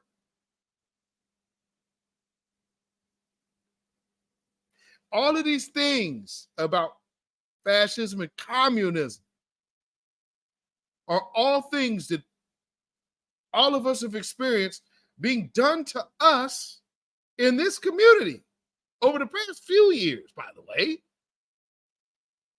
So yeah, just putting that in perspective. You know? Saying. Cubans free education and medical care. I can only answer for that to which I contributed. Dr. Allen, about those words, personal benefit, that have become so problematic. Why doesn't the department just change the wording and make it what it really means? What he says is the words personal benefit apply to the skills, talking about the skills and not talking at all about the actual experience of slavery, in his words. How is one without the other, in his words? What? In his words? Huh? And what the hell does he know anyway? He's not of the lineage, as you can tell. And that crock of crap, he said, well, you know, the stories told. You're not telling slaves stories from descendants of slaves. You're telling the story from DeSantis And then everybody's acting like DeSantis ain't did this when DeSantis is the one who made sure everybody was on board with what he was doing. So, I mean, it makes no sense. None whatsoever. But nonetheless, in now this check this out. Let me get this in here. So it's always funny. Here's the other thing about cowardly tethers. They'll throw the rocks and then they'll hide their hands. So the Florida Education Commissioner skips on form on criticized Black history. And you see that brother's shirt right there. Slavery did not benefit Black people.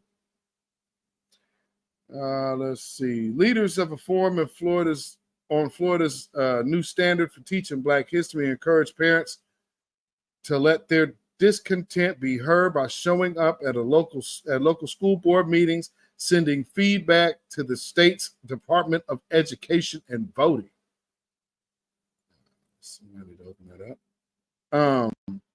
Hundreds of lawmakers and teachers and parents crowded into the Antioch Baptist Church in Miami Gardens on Thursday night to discuss the new policy, which has drawn harsh criticism for requiring teachers to instruct middle school students that enslaved people, quote, develop skills which in some instances could be applied for their personal benefit, which of course we understand that's a lie because everybody that they mention within that is absolutely not a slave and never was a slave. So it's false information. We're the fact checkers on curriculum. You have fact checkers on Twitter posts, but not on statewide curriculum.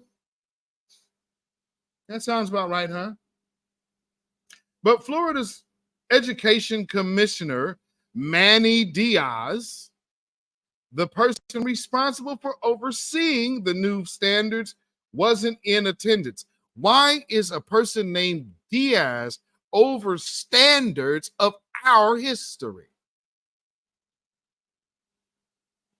See, there again, so again, there's where the unity, where you thought it was a BIPOC situation or Black and brown coalition. See, no, it wasn't. You were the mule to get them where they needed and wanted to be, in positions of power, now even trying to tamper with our own history in this country, which affords them to be in the positions they're in. Diaz, a former area high school teacher in Miami-Dade County, has previously agreed to attend according to organizers. His participation was advertised on flyers publicizing the event, which was sponsored by Democratic Senator Shrevin Jones. I believe that is Shrevin Jones. A chair even was set up for him with the placard bearing his name. Wow, I guess that's the chair right there. Wow. Diaz, who was was appointed commissioner last year by Republican Governor Ron DeSantis, said on social media that there was nothing sudden about his inability to attend the town meeting. He had told Jones last week he would be visiting schools to welcome back teachers and students. Thursday was the first day of school for many parts of Florida. Yeah, whatever.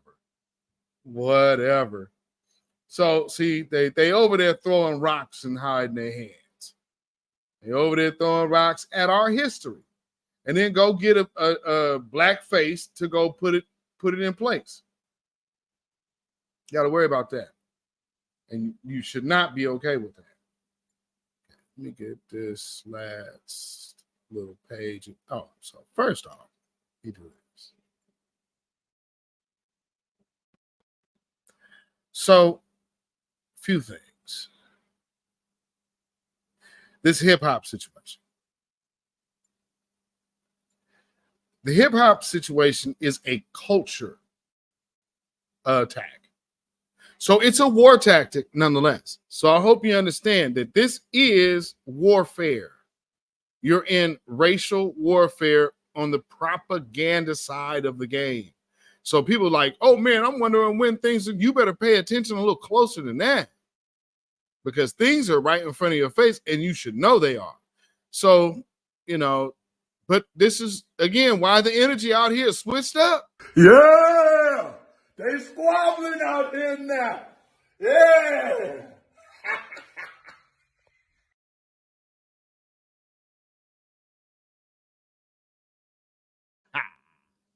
So let's play the first part of this last little tidbit of I want to get to. Of people, it began as this art form that was devised by disadvantaged Black and Latinos in the Bronx, and it has burgeoned far beyond that. And as I say in the article, No, it was not with blacks and Latinos. No, it was not. It has become an art form that a lot of people want to cling to, a lot of people want to pick from, and you know, even a lot of people who are not Black, who are not Latino, have been able to water it in their own right as well. And so this is just an opportunity for us here, like the Latinos, at the Readout, to celebrate the legacy of hip hop and to talk about what that future looks like.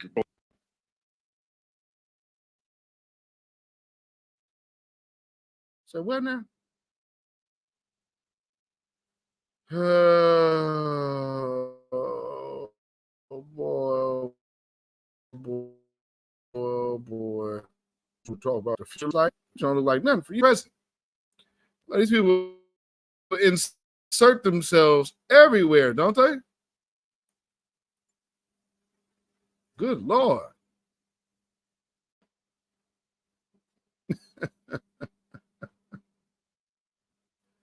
Yeah, these people insert themselves a little bit of everywhere, all up through our culture. And so from one issue to the next. And this is, again, coming from people. See, that's why these folks are problems, because they tend to come over here and start getting with these people that push certain agendas that, of course, end up undermining us. And that's an issue. I hope my voice is not cracking, because on my side, I'm hearing it sounded a little crackly. Check. Now, is my voice cracking out there, family, or a little watery or funny sounding? I know I'll probably have an update as soon as I'm done with this broadcast, but we need to get through this. So anyway, let me do this.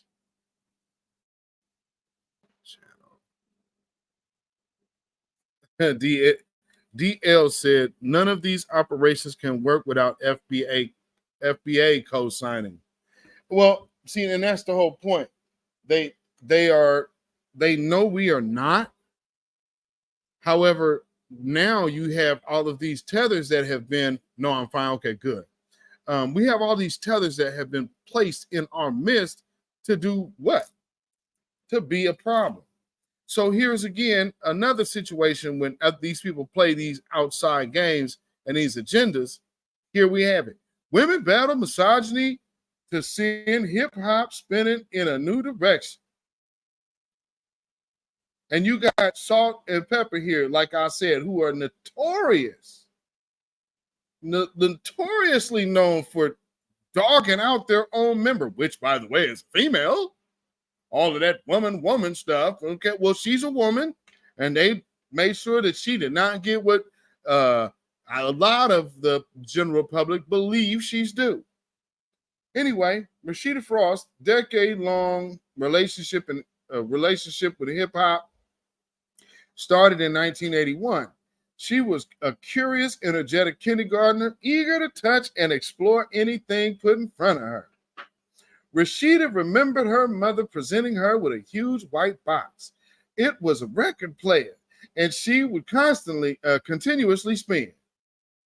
She would continuously spin, not knowing what its purpose was. Then she said her mom gave her a record with a colorful cornucopia printed in the middle.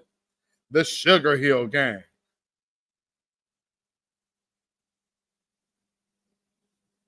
Y'all really believe as an 8-year-old, her mama bought her a record player to get her the Sugar Hill Gang record? It's like, that's a Kamala right there. Somebody's telling a Kamala right there. Somebody's telling a Kamala right there. Oh, mama, give me this group I ain't never heard of doing this art form I barely even noticed. Okay. She must have just known hip hop was embedded in me. Oh, God. Well, you know how you just read BS. Like, cap. Too bad there's not a cap emoji in this chat because I've been, boy, it need to be a bunch. Well, there are cap emojis, but you can't give the little likes like that. They need to, though. Let's see. So she must know hip hop was embedded in me at such a young age. The MTV loving hip hop's Atlanta reality star said. Oh, you talking about the rapper Rashida? Oh, Rashida Frost. That's right. Their last name is Frost. Rashida. No. Are you a whole married woman that's been in the game from start to finish? Married. Going back to our days on Black Planet and MySpace when they were first pushing, when the internet music was really, really just beginning. I mean, I get it, everybody. Some people, mostly everybody's still around, but some people broke bigger than others. Shout out to y'all. Frost fell in love with hip-hop lyrics. Music videos and magazine covers display a genre that is male-centered and male-dominated.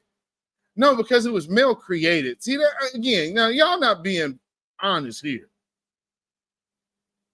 So we're going to start doing oh,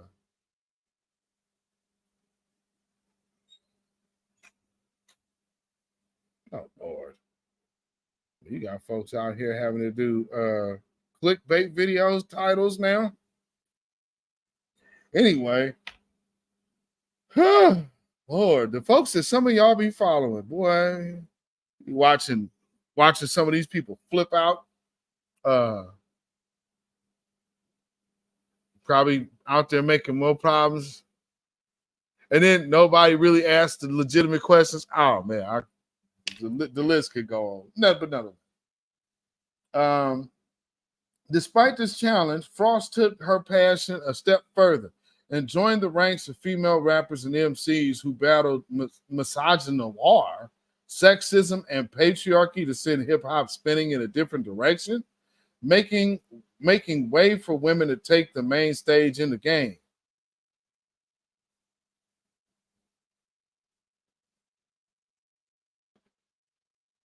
Where's all this misogynoir that she's talking about in hip-hop, especially in the time frame to which she's talking? So it's like, I guess,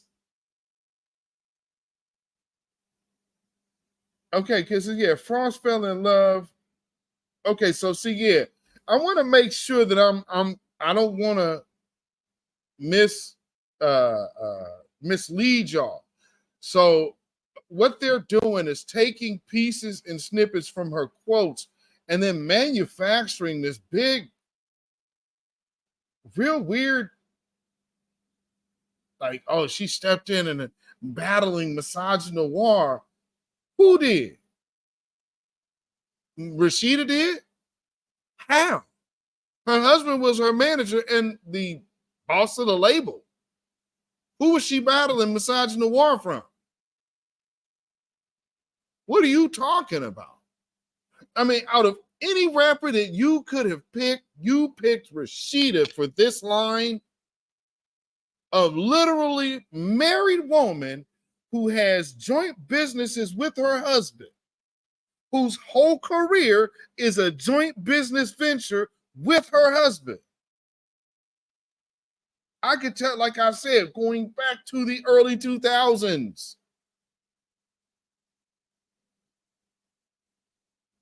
I mean, come on, man. Oh, speaking of the early 2000s, shout out Busta Rhymes.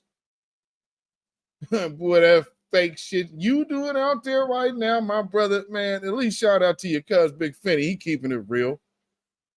Although y'all was on his top with him jumping off that helicopter with the doors closed. It's like, so yeah, don't get it twisted. Like, Busta Rhymes, if you don't quit it, you know you had to be taking some money talking the shit you talking. Because you wasn't even about no real Black American music, dude. You talking about? Anyway, back to the story in hand. I had to go out there to work triple as hard, make sure I'm respected, not get taken advantage of as a female, and really go hard for what I know and stand for something, Frost said.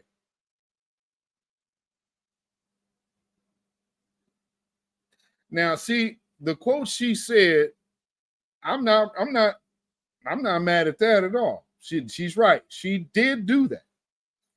Let's see, Frost, from the sequence releasing the first rap record by an all-female group called Funk You Up in 1979 to MC Shy-Rock's iconic performance on SNL as part of one of the Funky 4+1. Female rappers have been a part of hip-hop since its debut. Women have fought to shape their identification in hip-hop and demand recognition. You know, good going for you guys on that one, because boy, oh boy, did you miss the bus on this.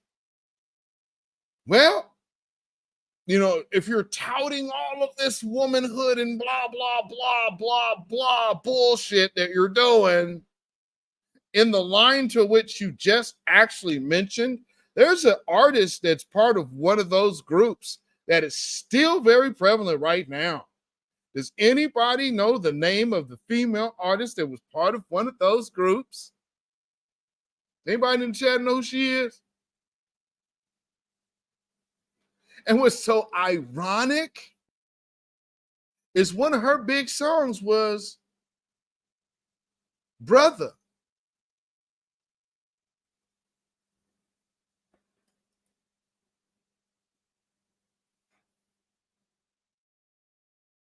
This is why you don't let tethers come in, into our mix talking shit.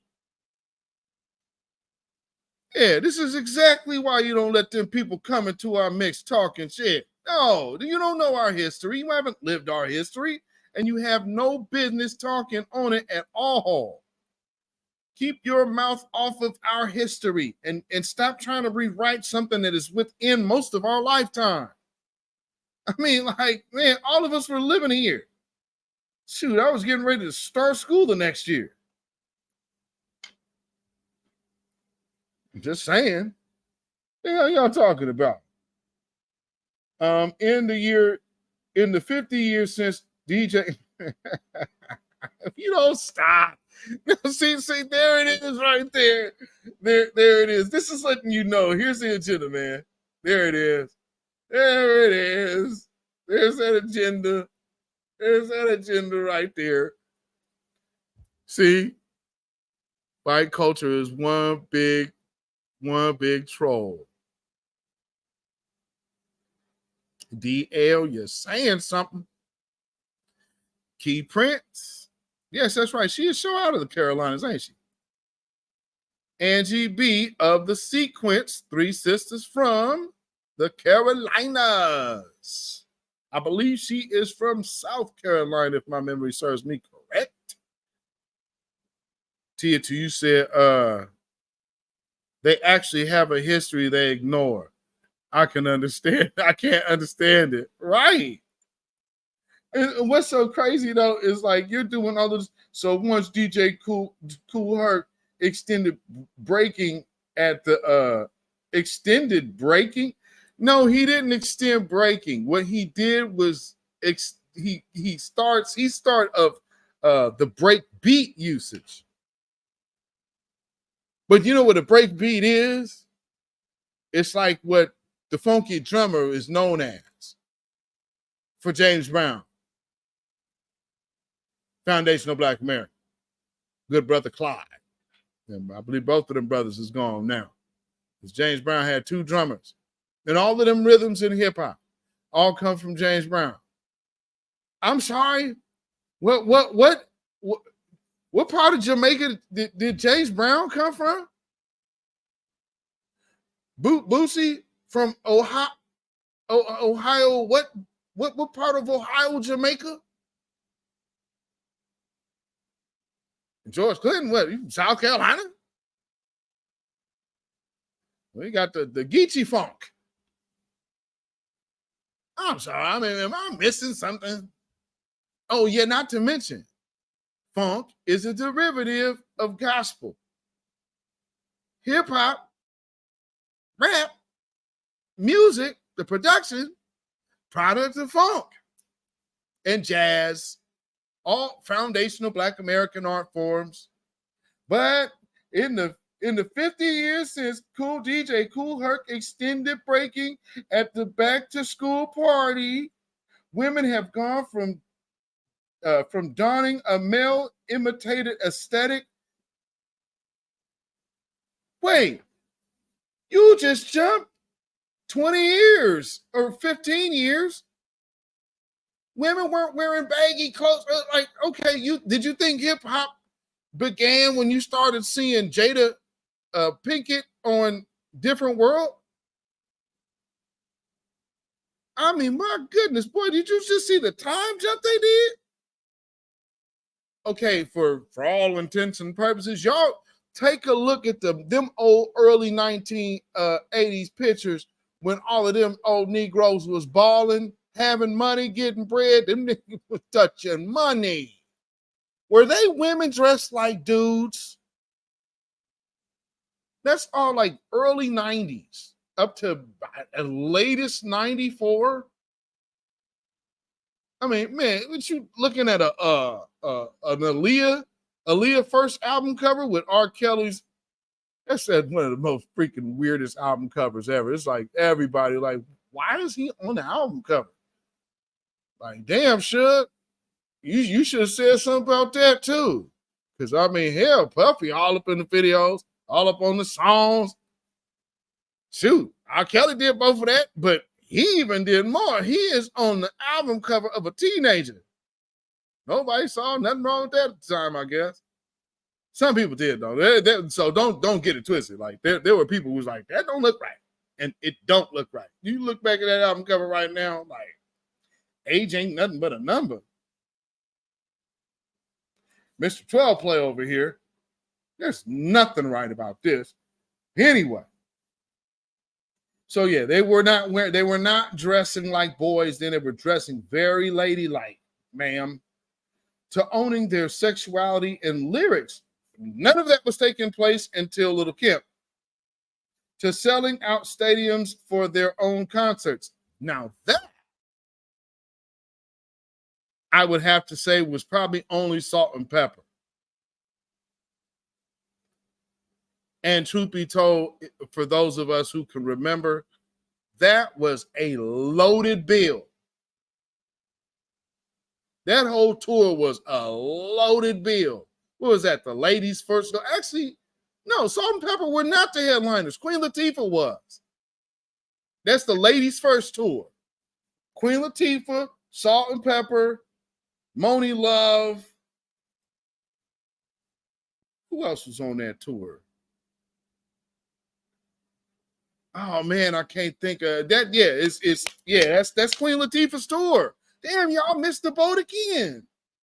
So while trying to rewrite our history, they're ignoring the history that they literally could be using because they don't know it. So this is a hit piece. This is how you know it's a hit piece. It's not about educating you about our history.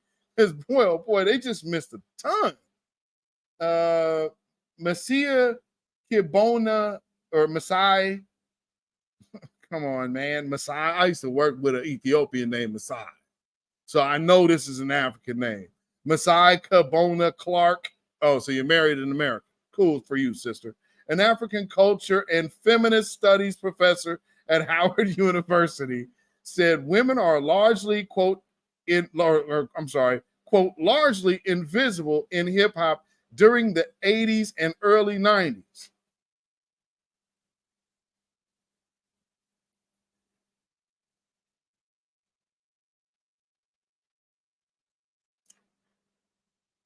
Largely invisible.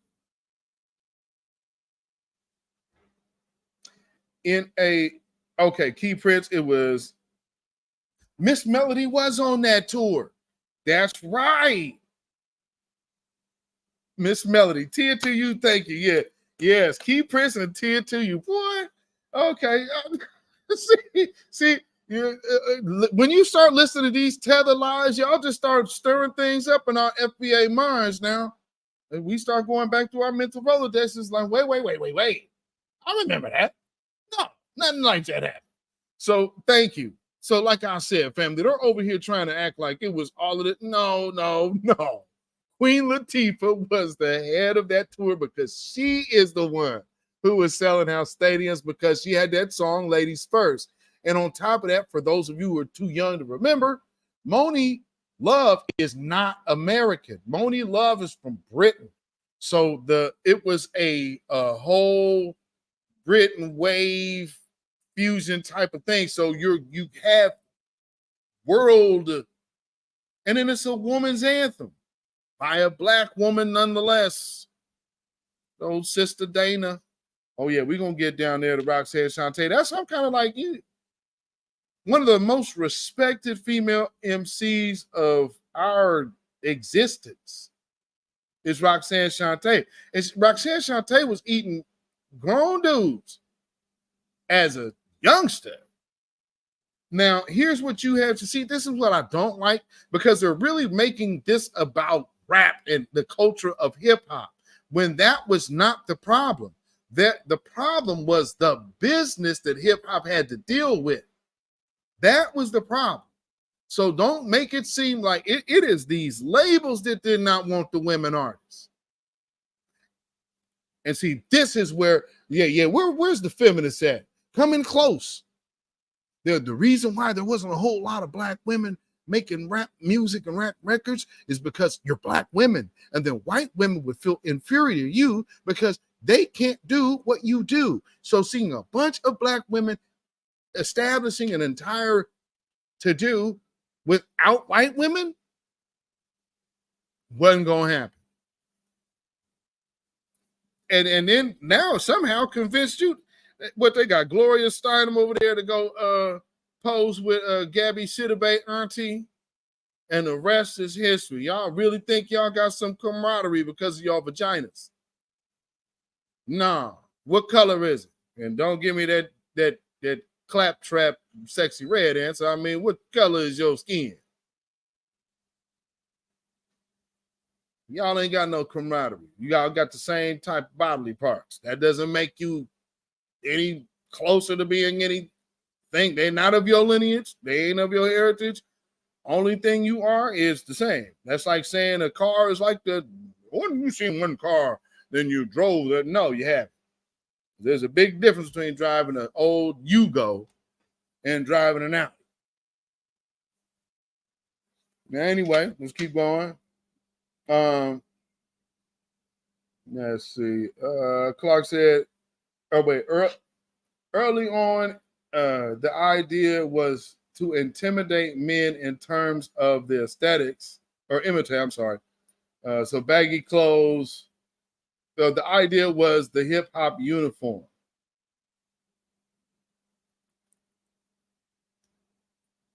Okay, sisters, to you, or everybody in the chat.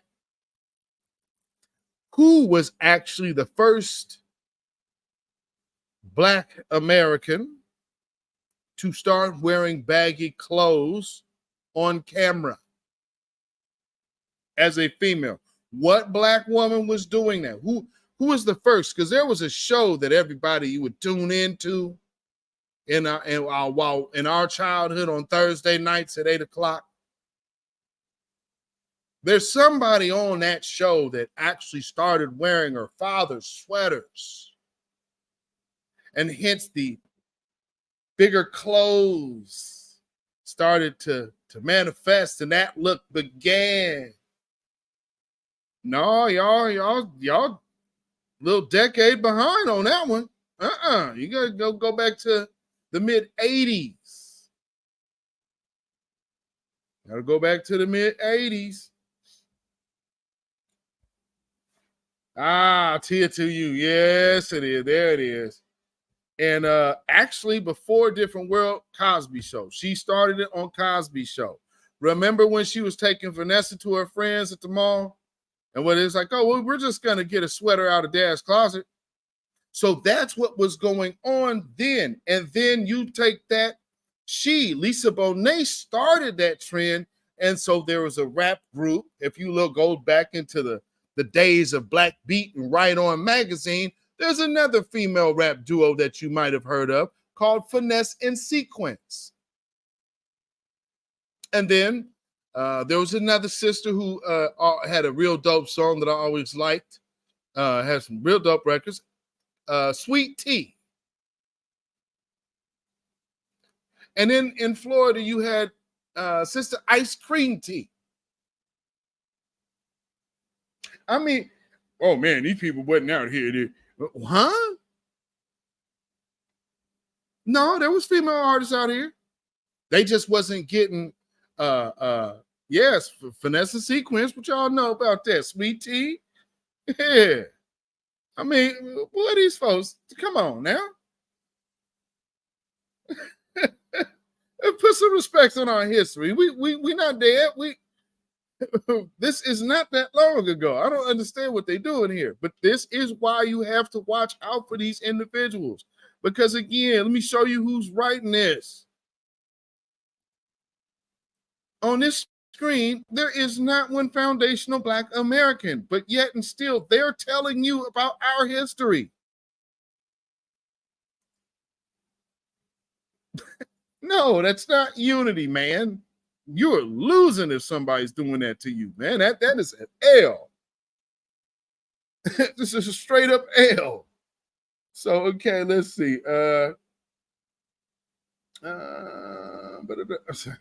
Clark said early female rappers had the challenge of navigating a culture tinged with sexism and sexual harassment, as well as carving out a perspective that often wasn't heard in the mainstream. When was this happening?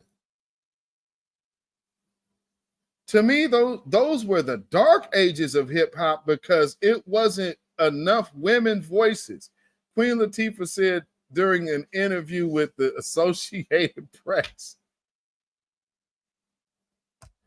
Queen Latifah, if you don't stop it, the fact that you was even cool with being a 50-plus-year-old woman on a TV show that would have you portraying a person jumping off of a fire escape to go chase after a criminal. Can you imagine? I saw that. I was like, I'm freaking done, man. Queen Latifah just jumping off of a fire escape, land, and then get up and go check, and then tackles. Stop it. Stop. Queen Latifah, no, I guess they done got her. I mean, but these people are part of the system too. So just understand, it's the machine, man. Sirius host Roxanne Shante started entering rap battles and making records as a young teen in the 1980s. The hip-hop legends battle track solidified her as one of the earliest and fiercest MC at the age of 14. I came in as little sis, even to the point of where sometimes they didn't even want to let me participate because sometimes the men felt that I was that good. Shantae told the AP. Yeah, she was. Detailing how it was a problem for men to battle rap a teen girl. Yeah, it makes sense because there's not a bunch of female team rappers. So being an anomaly, how much experience are they going to have other than battling you? Let's stop all that. with Patties on the original sequel. Yeah.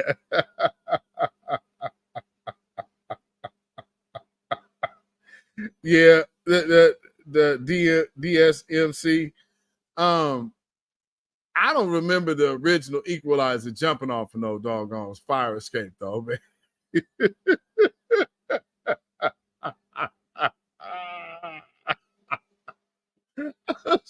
Like, are you kidding?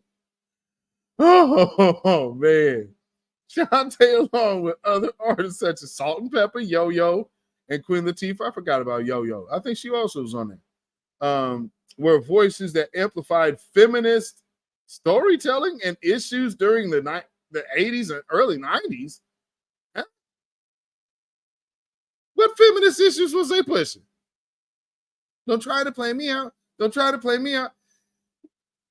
Yo-Yo? Did you really do the yo-yo thing? Damn, you guys don't know nothing about hip-hop, huh? So this one right here, this entertainer and philanthropist. Oh man, this is great. Oh, this is great.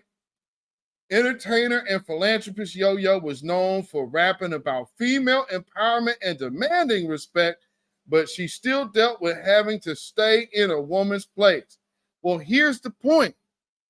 Those raps that were known for rapping about female empowerment and demanding respect were actually written by a person that's named O'Shea Jackson Sr.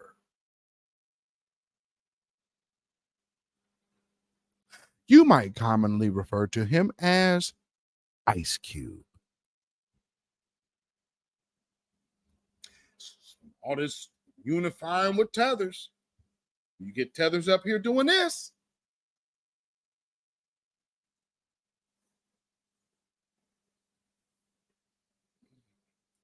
I'm just saying.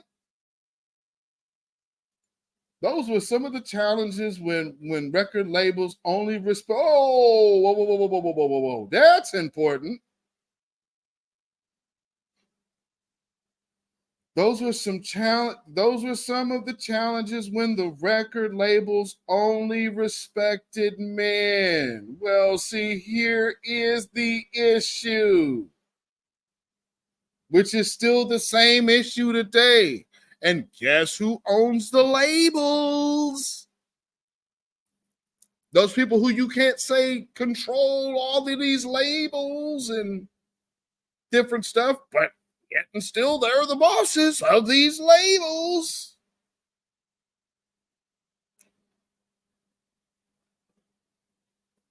Just can't help but notice that. And you know how much of these women, both of these women, are absolutely nowhere around actual hip hop.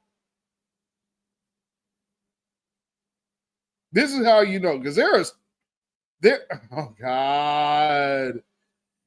They're just going to keep going because there are some names that should be mentioned here that absolutely are not being mentioned. And one that just jumps out at me, and that's how I'm like, okay, this is absolute BS. You're talking about females over here being strong and this and that and standing for something.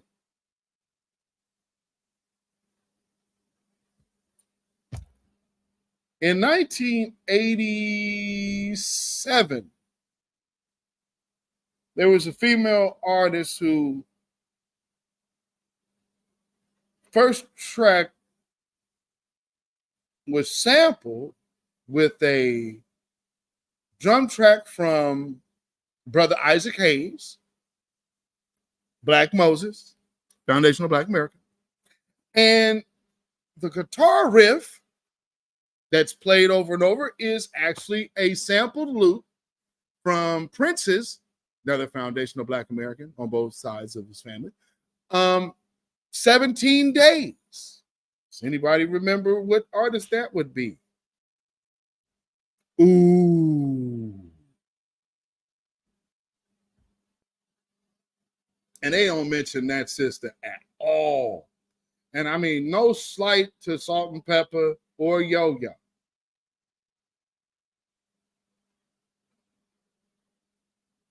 Sorry, there's two female MCs that right off the top of my mind, y'all are not in them categories. Y'all may have had big songs like that, but as far as respectability and lyricism, there's nobody's running to Salt and Pepper for no lyrics. You're running to them for gimmicks.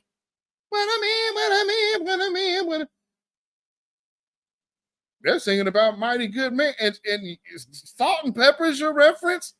How many kids Pepper got with Tretch? Boy, y'all youngsters don't know shit about our hip-hop history. You getting out here talking way out your ass on this. Boy, oh boy, don't you know some of us are just so old to know? We understand what relationships going on back then, man. The hell y'all talking about? They got one? Okay. During the early days of hip-hop itself was being questioned, and later the genre was being condemned as gangster rap. DJ Spinderella recalled constantly being asked how long she thought hip-hop would last. It was asking everybody that. Female MCs found themselves having to defend the genres as well as prove themselves worthy of holding the mic. So did the men. See, they keep talking like, man, the females had to prove themselves. Don't you? So did the men. There was no passes given out. If you could rhyme and kill it, you got it. So there is no, see, you want soft competition. This is hip hop. There is no soft competition. You either play with the boys or you don't. Why? That's why you got the young MAs and out here that actually will worry about spitting, and a very young, early on career Meg Thee Stallion. Back when I was actually listening to her, back in like 2000, shit, like her first stuff, I think about 15, 16. This shit now, I'm like, I don't like none of this. But now I understand. She was hella young when she was cutting her first records. So Meg Thee Stallion been around for a minute, but she was more like,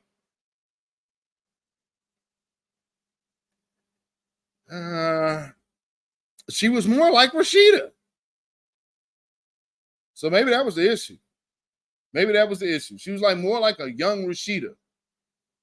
So, able to keep it a woman and spit and whatnot, but she was way more like Rashida. Let's see. When there was negativity or any kind of misogyny, it only pushed us even more, says DJ Spinderella, a member of the hip-hop group Salt and Pepper.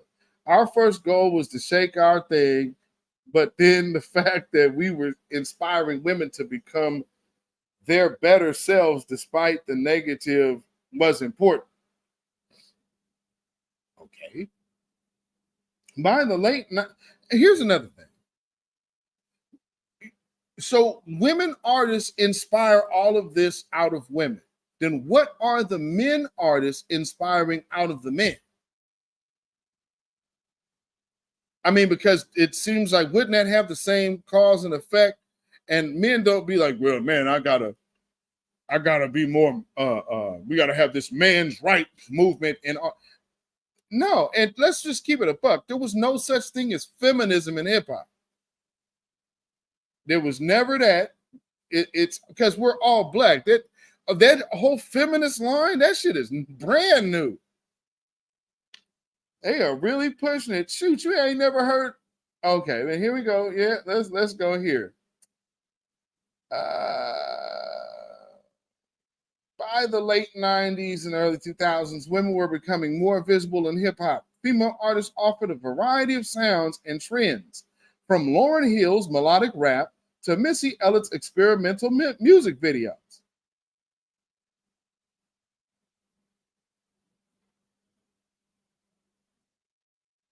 Can't help but notice the way they stayed away from the messaging of those two artists, though. Especially Lauryn Hill. That's it for Lauryn Hill. Her melodic rap. And truth be told, Missy did more singing. Missy was in a whole singing group, Sister. What do you Lauryn Hill's, I'm just wait. Lauryn Hill's melodic rap. She's not a singer rapper. Lauryn Hill sings and then she raps. She's a dual artist. Missy, her stuff was way more singing. Her whole first record, Super Duper Fly, she sang half that shit. So it's like you got the two artists mixed up. Melodic rap, Sock It To Me is melodic. By the way, one of the other female MCs that I was referring to is literally on that song.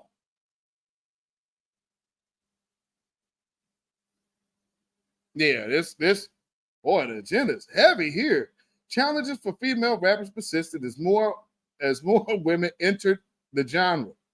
Okay, so this is a genre that obviously is so woman hating, but somehow the women just keep coming. All right. Some were uniting on hit records such as Ladies' Night, another Missy written record, while others were pit against each other. At the same time, the hyper. Oh, wait. No, you don't.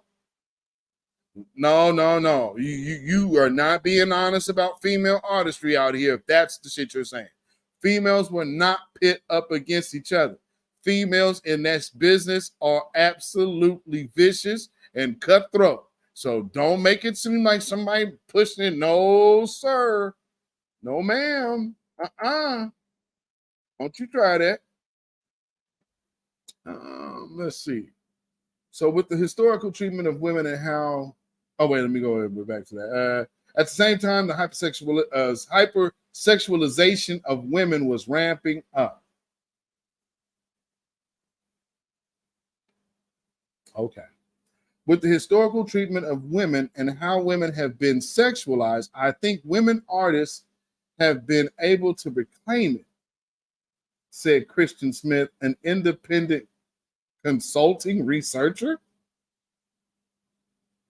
Although female rappers have pushed sex-positive lyrics since the 80s, the mid to late 90s saw some advent of artists such as Lil' Kim and Foxy Brown, more overtly displaying and owning their sexuality. This drew controversy and hypocrisy. Again, two more female artists, one whose rhymes were completely written by Jay-Z, and the other one whose rhymes were tailored and somewhat co-written by Notorious B.I.G. while he was smashing her and having a wife. I just, boy, you guys are knocking it out the park here. Knocking it out the park.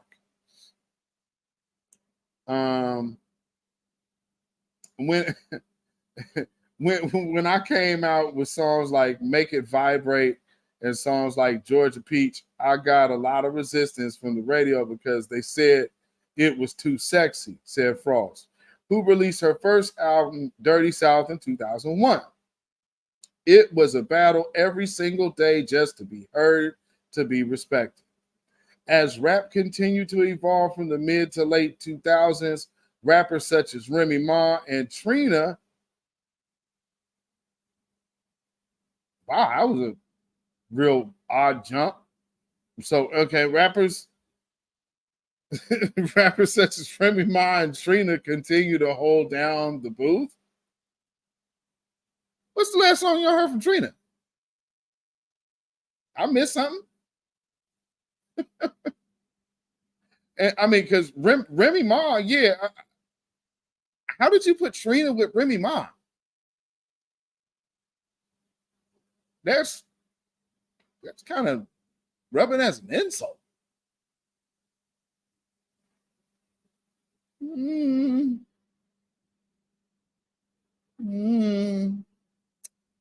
No, Remy Ma deserves to be kind of in a category all by herself. She is a spitter. Trina, I'm the baddest bitch. Okay. Continue to hold down the booth. Nicki Minaj's impact on the genre was explosive in the 2010s until Remy Ma tore that ass up. The fact that you even bring up Nicki Minaj You chase up Remy Ma with bringing up Nicki Minaj. It just keeps going from bad to worse. That's why you don't let tethers control our history, man. Woo-wee.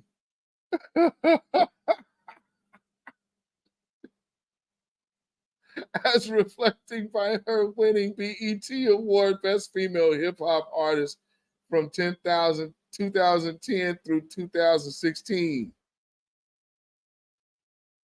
So, yeah, when the award company actually has a vested interest in their artist winning, yeah, I guess so, but whatever.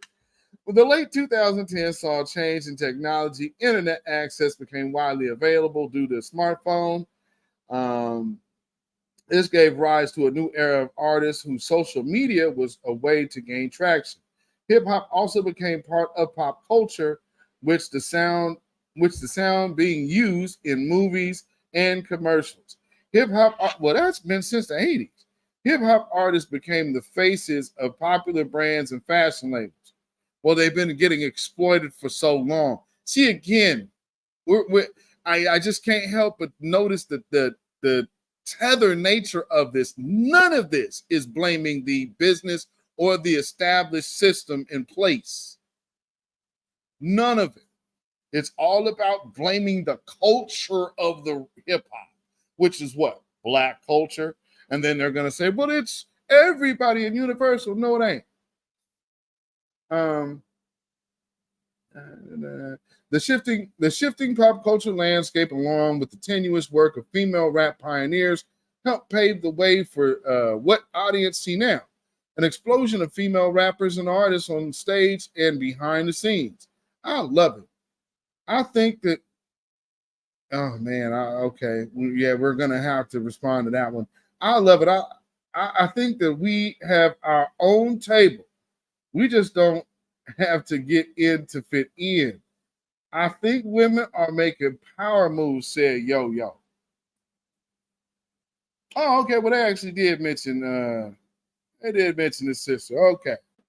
Well, this is interesting. Women in hip hop have gone far from behind the scenes to winning prestigious awards for their artistry.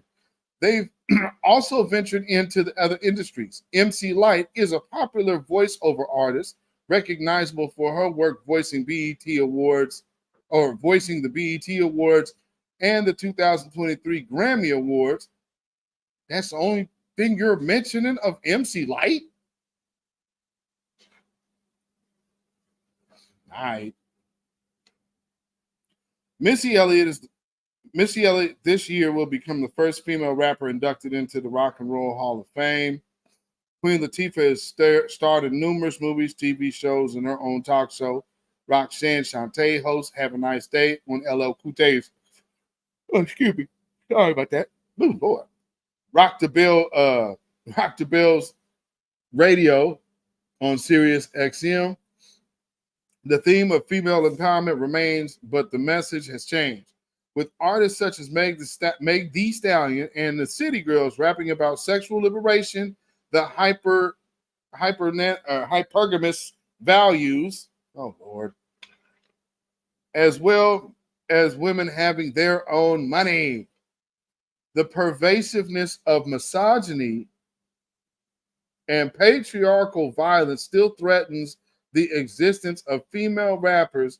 Some experts think that female rappers more hypersexualized than ever before, and artists must fit a certain body type or body standard to be accepted.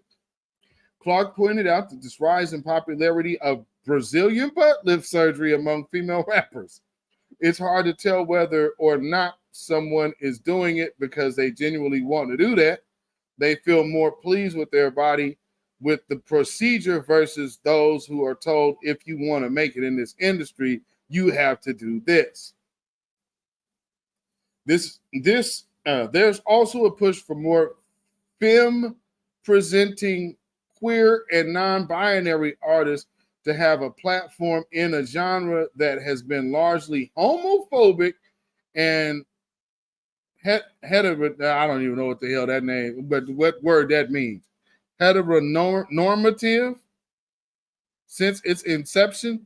See, here's the thing. If I create something, I'm a heterosexual man. It's going to stay heterosexual. Simple. That's what I am. I'm the author of it. I'm the creator of it. Everybody else who helped me build it is on the same way. Why now? See, that whole thing, that femme thing, and they need a platform to talk, that's where you start with building your own shit. And there is a place for you that you create, just like these men did. So stop bringing your soft, weak-ass punk shit here, acting like somebody has to let you on their platform. They didn't build nothing for you. Go build your own. You ain't put up on this. That's where we keep going wrong, acting like somebody's nobody owe you no platform. You go build you one. That's why I told you I'll never let the silverback. This silverback ain't being on no stage I'm on. I really wish that y'all would stop letting her on. And I'm using her by giving them the proper gender that they want to be referred to as. And I ain't gonna never be dealing with that shit on my platform. You best believe it. And hell, that's okay because I said so.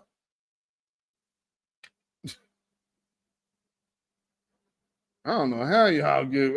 But yeah, because they over here trying to push some agenda. So here again, it's a very subtle gender thing, and it's pushed at when you have to label it, the system or the labels or whatnot, they start getting real vague. But then when it start coming back to the rappers and the men, oh man, homophobic and okay. But yeah, it's not homophobic. Has been largely homophobic, and you cannot prove that since its inception. Actually, let's go back to Blowfly. Anybody know who Blowfly is? Rap Dirty? I believe there was some samples from his record that was used before. We used to hear all of them samples. Well, Blowfly is one of the ones that had a song called Rap Dirty. And one of the Rap Dirty, by the way. And so what he was talking about was how he picked up, he was a trucker, and picked up this chick and got her to the room and bam, what I thought was nothing but a man. And that's literally the line. And now you're going to say, oh man, it's homophobic and all of this. Well, truth be told, back then, all of y'all was overdoing the little ball things. Y'all having these balls over here. So there was where was the community messing? You have, because let's think of the time we're talking about. Hip hop, the streets, all of this. Where is all of this non-binary shit playing out in the streets? Where is that happening? In the revolutionary actions that's going on out here, where is all of this non-binary stuff happening? Where's that playing out? Because I could tell you for myself, this shit went around the hood. And yeah, you had gay dudes in the hood. Yeah, definitely. But you're talking about intermixing into something that's already very well strong male dominated. This is the subtle tone of buck breaking. That's what this is. This is the subtle tone of buck breaking, because you're saying, we just wish, because you hear that monster say this shit all the time. We need a place to where we can speak. Go build you one there, nigga. We'll keep coming around strong men with that damn bullshit. Like, oh, dumb Ghani's toothless bastard ass. We brothers just need to start learning how to love each other. No, you want some man-on-man love, and that ain't what people are looking for all the time, dude. Act like you just can't handle straight, solid heterosexuality. That's an issue. That's a personal issue for y'all. To act like we can't be like, because again, don't let nobody condemn no masculinity. That's bullshit. Because at the end of the day, you want to be femme, be femme. But you ain't never gonna check my nuts. The hell? I mean, yeah, just go ahead and what you should do is embrace your inner side, your inner feminine. I remember I had a female friend that used to always say that shit. I'm like, damn, you really want a homosexual, huh? No, all men have a feminine side. No, we don't. The hell where do you get this shit from? You don't stay out there in white folks' books. This ain't shit, man. Y'all on some old Greek weirdo shit that they just made up and started doing because they wanted to F each other. So they just tell you whatever the reason. No, they just want to do that. Stop it. My hopes for the future of hip hop is to definitely see more queer in mainstream. Said it's Asterisk Nobi, a femme presenting non-binary rapper. We definitely have such an interesting angle to share as far as just humanity and being a person. I'm confused. What the hell does that have to do with anything? I'm missing something? Subtle buck breaking. Yeah, that's exactly what this is.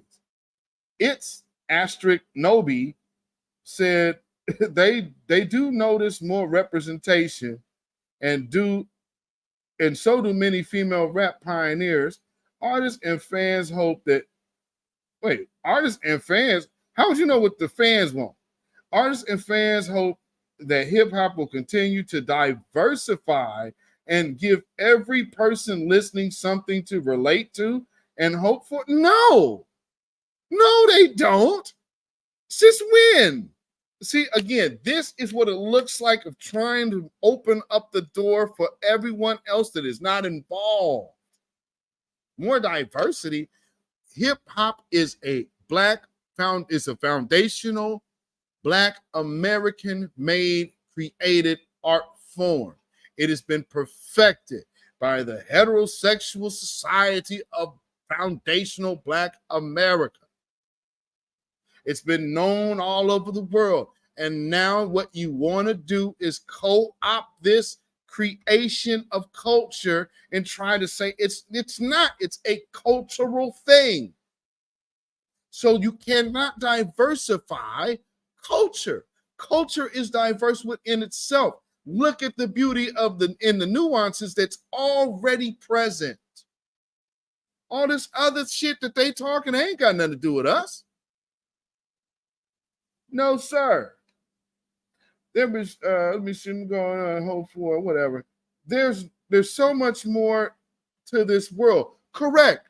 So much more other than you trying to jump in a genre that ain't nobody looking for what you putting down. Again, this is how music works, brother or sisters. You make the music that works for you. If no one wants to hear it, now you might have to deal with the business. But then when you're dealing with the business, be honest with everyone else. Because I have no respect for anybody coming out saying this. Because you know it ain't nobody Black that's stopping you from getting on. It's those labels that don't want to hear you. They're not promoting you. Although in your community, they're heavily promoting those agendas. Should start clicking somewhere. But it doesn't. No, so they'll start getting out here. What is Black misogyny? You can't attack your protectors. Spend all your time and here we go. You're trying to attack Black men again. Tell you this is going to end horribly.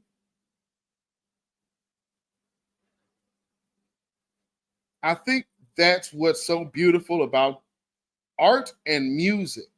Is that you can share so much with somebody. Correct. However, all of this whole last phrase has absolutely nothing to do with the cultural creation of hip hop. That has to do with the entire world to which we have no friends in.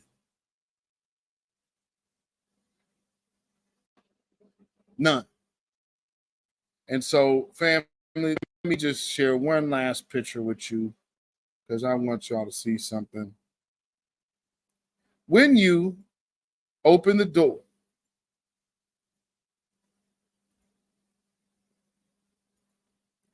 for people that you ought not, and you start doing all of this and interjecting this, because see, they know why they have you doing it.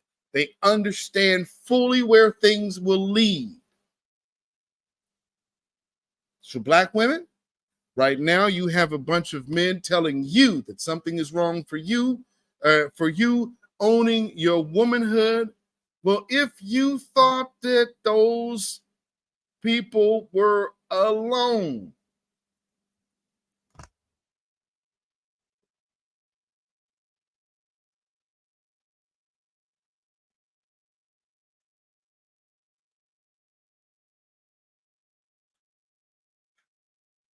yeah, be on the lookout for the news break on this story too.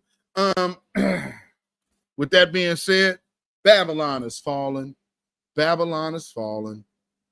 Let it fall and let us rise.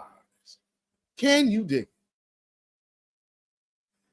Telling you, cannot let everybody in your mess, because one thing leads to another. I hope you just saw that last picture I just showed you. You want to do that to you folks? Come on, man. We got to do better than that. We got to do better than that. You understand what I'm saying? So, family, we have a lot of people out here that really, really want to try doing other things. And there's some people are feeling that maybe their time in the sun is drying up. So they're willing to do anything. And then there's other people that have really thoroughly bought into an idea of unity. And the first thing I have to say about that idea of unity is hashtag hands off our reparations. You have no rights here. We're not under the empire.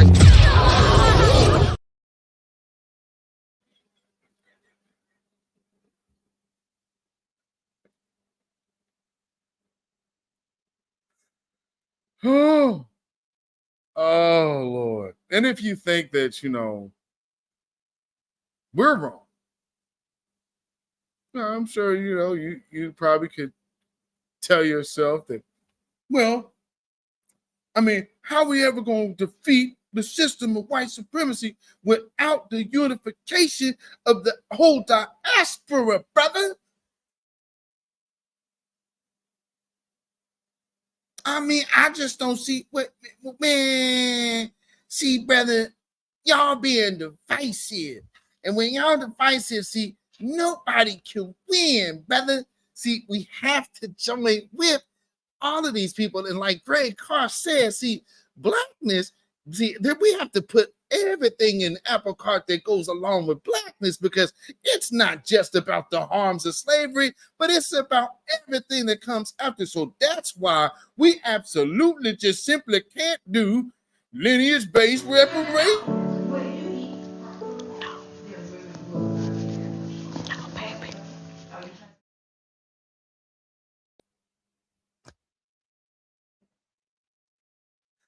So I'm certain that somebody probably would have to say, damn,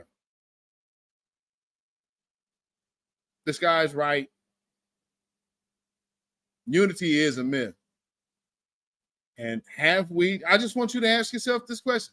Have we literally been a detriment to the future of our people by worried about every other group other than unifying with your people? You need to figure out those components before you start moving out into the world trying to figure out all these other different people's nuances within their own community. They're starting from a clean, or not even a clean slate. That's just starting over. Deal with who you have here, build with who you have here, get what is needed for your people here, period. Anything else is treason. No unity, no diaspora bullshit, no Pan-African bullshit. If you are not looking to build this house up first, you are treasonous. And so I will say, I say for myself, Beatzilla PDX official, and those of us here at Beatzilla PDX official show, chat, grassroots, voices of new black media. I think I would say, pretty good bet that safe to say that for all of you who still have bought into this myth at the cost of your own, and if you believe you should unify with the diaspora before getting your business with your kinsmen straight, well, I will have to say, we firmly, strongly dedicate this song to you. Get up off of that cocaine and get up off of that crack. Get yourself together and get your mind back. All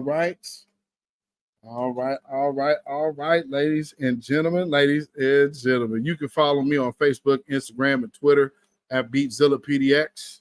You can follow me on, you can email me at ourrealtruth@gmail.com. And if you would like to support this broadcast by way of donation, you can definitely hit the Cash App at $beatzillapdx. That's Cash App, $beatzillapdx. And we also have PayPal. So, we have PayPal, and that is Zilla Muzak. That is ZILLAMUZAK at PayPal. All right, so let me make sure that was right. Okay. All righty. So with that being said, family, we are riding up out of here. Be on the lookout for some more premieres. And, for those who are watching this and watch the replay, unity is a myth and it is a lie if you are refusing to unify with your own tribe. Simple as that. So, thank y'all once again for being here, tuning in, and you hung out for a few hours. I appreciate all of y'all. And so with that being said, y'all stay safe, stay black, stay vigilant, stay alive. Stay away from player hating tethers.